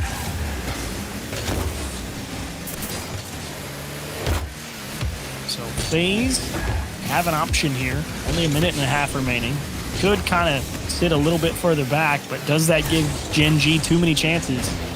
Because you have seen Gen.G make some excellent pushes towards your net. Sitting there camping on the back line may just be allowing a little too much. So do you take the risk here? As Typical, nice little floater towards the goal line. ApparentlyJack ready and waiting. Actually, finally, somebody's through First Killer, totally uncontested. As ApparentlyJack, and there it is. Stall it out, waste the clock. Time management to a T for FaZe right now. Oh, Chronic going up for that challenge, and all things considered, his first time ever being in a grand finals. Got to tip your cap over to Chronic, dealing with the pressure, dealing with all of the expectations coming in, and FaZe Clan just looking too good. But right now, here comes Chronic. Gen.G in tow. They need 1 to bring us into overtime. Typical denies, but Nolly keeps things alive. Gen.G, one last shot at getting this game all tied up. Is to waste more time off the clock, jamming it here into this corner. Jumped out to the middle. Nolly has to hop over him. Typical pressing it hard and does not get the second touch. ApparentlyJack to Chronic. There's Mist down to the floor. Typical kept it alive for whatever reason. FaZe wants to score 1 more. First Killer will finish the fall open with an exclamation point, and FaZe Clan will win for a second year running the first regional of the season. They are the fall kings right now. Great job to FaZe Clan taking down the fall open, and big smiles across all of their faces. And brings me so much joy to see this team succeed. There's been so many expectations put on them, especially First Killer throughout the years, and to see him lock down that #1 spot, just say nothing but well done. And speaking of well done to this Gen.G team, coming in, brand new squad, less than 2 weeks old essentially, and making it all the way to our grand finals. What a show indeed. I think Gen.G showed a lot of really great ideas here. Just could tell finally when they hit the grand finals, needed a little more time to figure it all out. some hiccups in terms of where they were positioned on defense, kind of running into each other on the offense every now and again and hamstringing the last man in some tight spots. But there's a lot to take away from they can execute. They have the ideas. I really do think that FaZe just played absolutely lights out defense here in this grand final. And that might be the biggest reason that this one didn't go longer. I think it easily could have been 5, maybe even 6, 7 games if FaZe wasn't playing that perfectly on defense. Yeah, I mean, today there's nobody in North America that was beating this team. They took down G2, and after that happens, you just got to say, okay, well, looks like they're taking this one down. So we have to say congratulations again to FaZe Clan for taking this grand finals and taking the fall open all for theirs. And that will close it out for Snoopy and myself to have the desk break it down. Let's go ahead and head back to Corelli. FaZe reclaim their crown at the top of North America here for the first go-around of the fall. Oh, you can see Stack. Wake up, Daz. Wake up. Wake up. Wake up. Good morning. The series is over. Fist of oats. Let's go. The series is over, Daz, and good morning to you. FaZe, you guys are right, coming out on top. I was wrong, but maybe I was right in the end. I might have cursed them. I don't know. But Gen.G falling in the end. Top 2 finish for them. Chronic, the only North American player on that team who's getting a massive taste of what it's like to be at the top here. FaZe, though, coming out on top. Gibbs, what'd you make of the FaZe matchup here against Gen.G? Man, we talk about FaZe Clan. When they can make grand finals last season, they were unstoppable. 2-0. They show up here when they play European teams. They're normally pretty unstoppable as well. 5-2 last season. Only lost to Moist or Queso, whoever you want to call them. But FaZe Clan coming out, and it wasn't only first killer. Like, obviously, when they played G2, first killer was looking unstoppable, but Mist had some amazing passes. See, team plays coming out like that for that overtime winner, and Sip, he hits a flip reset goal as well. So all 3 members of FaZe popping off the rep. And for FaZe in this event too, it was not some kind of Mickey Mouse run. I mean, you look at their Swiss rounds, they went up against this Gen.G squad. They went up against version 1, who we expect to be a top team, G2 twice, and they got them when it mattered. And then they got Gen.G when it mattered twice. So this is an impressive run, but it is similar to what they did last season. Yeah, it's actually almost exactly the same. Everyone had questions about FaZe coming into things, and they did a great job of just completely silencing everyone. And speaking of talking and non-silence, let's hear from First Killer. So we bring him on to the broadcast, our newest regional champion here for the first time. 1 for 1 so far, FK. How do you feel after this win? I feel amazing. It's good to win, obviously. All right, First Killer, I have a tough question for you. Now, last year, you obviously made 2 grand finals, had tons of top 4 finishes. You were top 4 in the world, but were you happy with that performance? Nah, me personally, top 4 isn't enough for me. Like, I want to just win a lot of tournaments. I always want to be on top, always in the grand finals, fighting for the win. And so, yeah, I wasn't really happy with top 4 finishes at all. So, yeah.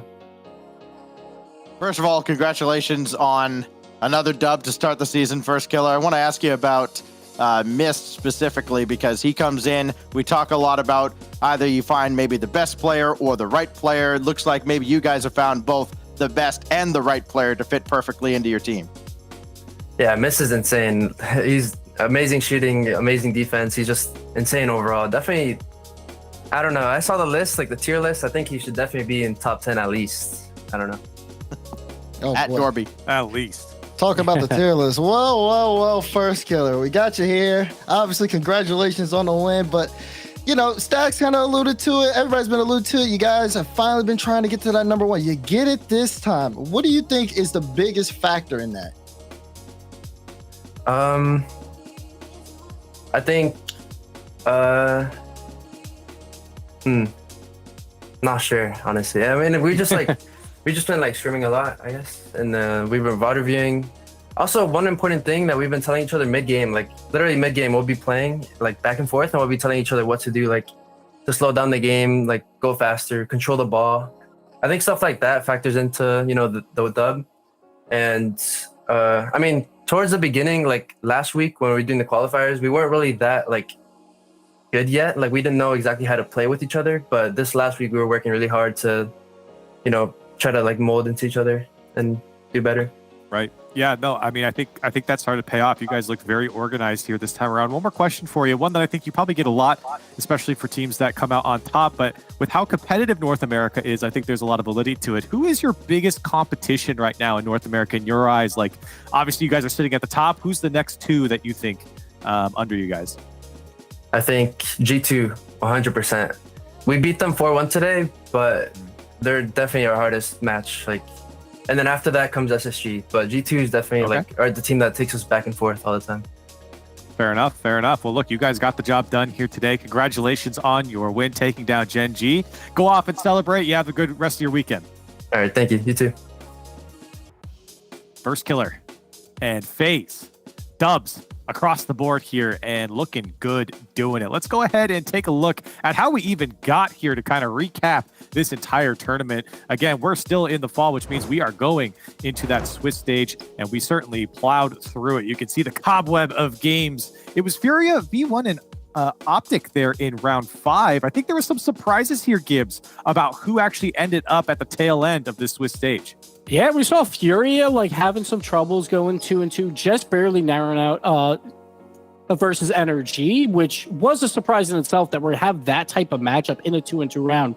But that's to be expected now in North America because of how many teams there are there. Version 1 also didn't have a great tournament at 3-2, and then Optic came in rounded that out. But you look at FaZe's run, they had to play Gen.G first as well. So they played them first to begin this whole tournament. They lost to G2 in their Swiss, but then came back, beat G2, and then beat Gen.G again. So undisputed number 1 here for FaZe. Definitely. I mean, FaZe looking very good. Let's switch over to what is our final bracket now that everything's all sorted away. Stacks, I want to start with you, then move on to Daz. Our top 8, was it what you expected? Were there some prizes here in these quarterfinals? I mean, as far as results go, not as many surprises. I did think version 1 was going to fare much, much better than they did against Gen.G. Not necessarily beat them, but take more than a game. And, Gen.G just showed up ready to play. And, there's that sense of urgency now with this different format, how important this first regional is to secure a spot in the Invitational and get as much as you can out of that. It's going to be cutthroat the entire time. The semifinals went almost as expected, other than, of course, G2 struggling as much as they did against FaZe was a surprise until you saw what FaZe did to Gen.G at the end. They literally slept on them. They certainly did. They definitely did. In terms of how I feel about how the bracket worked, how the rollout, did I predict it? Absolutely not. Of course not. We knew that, though, from the opening pre-show.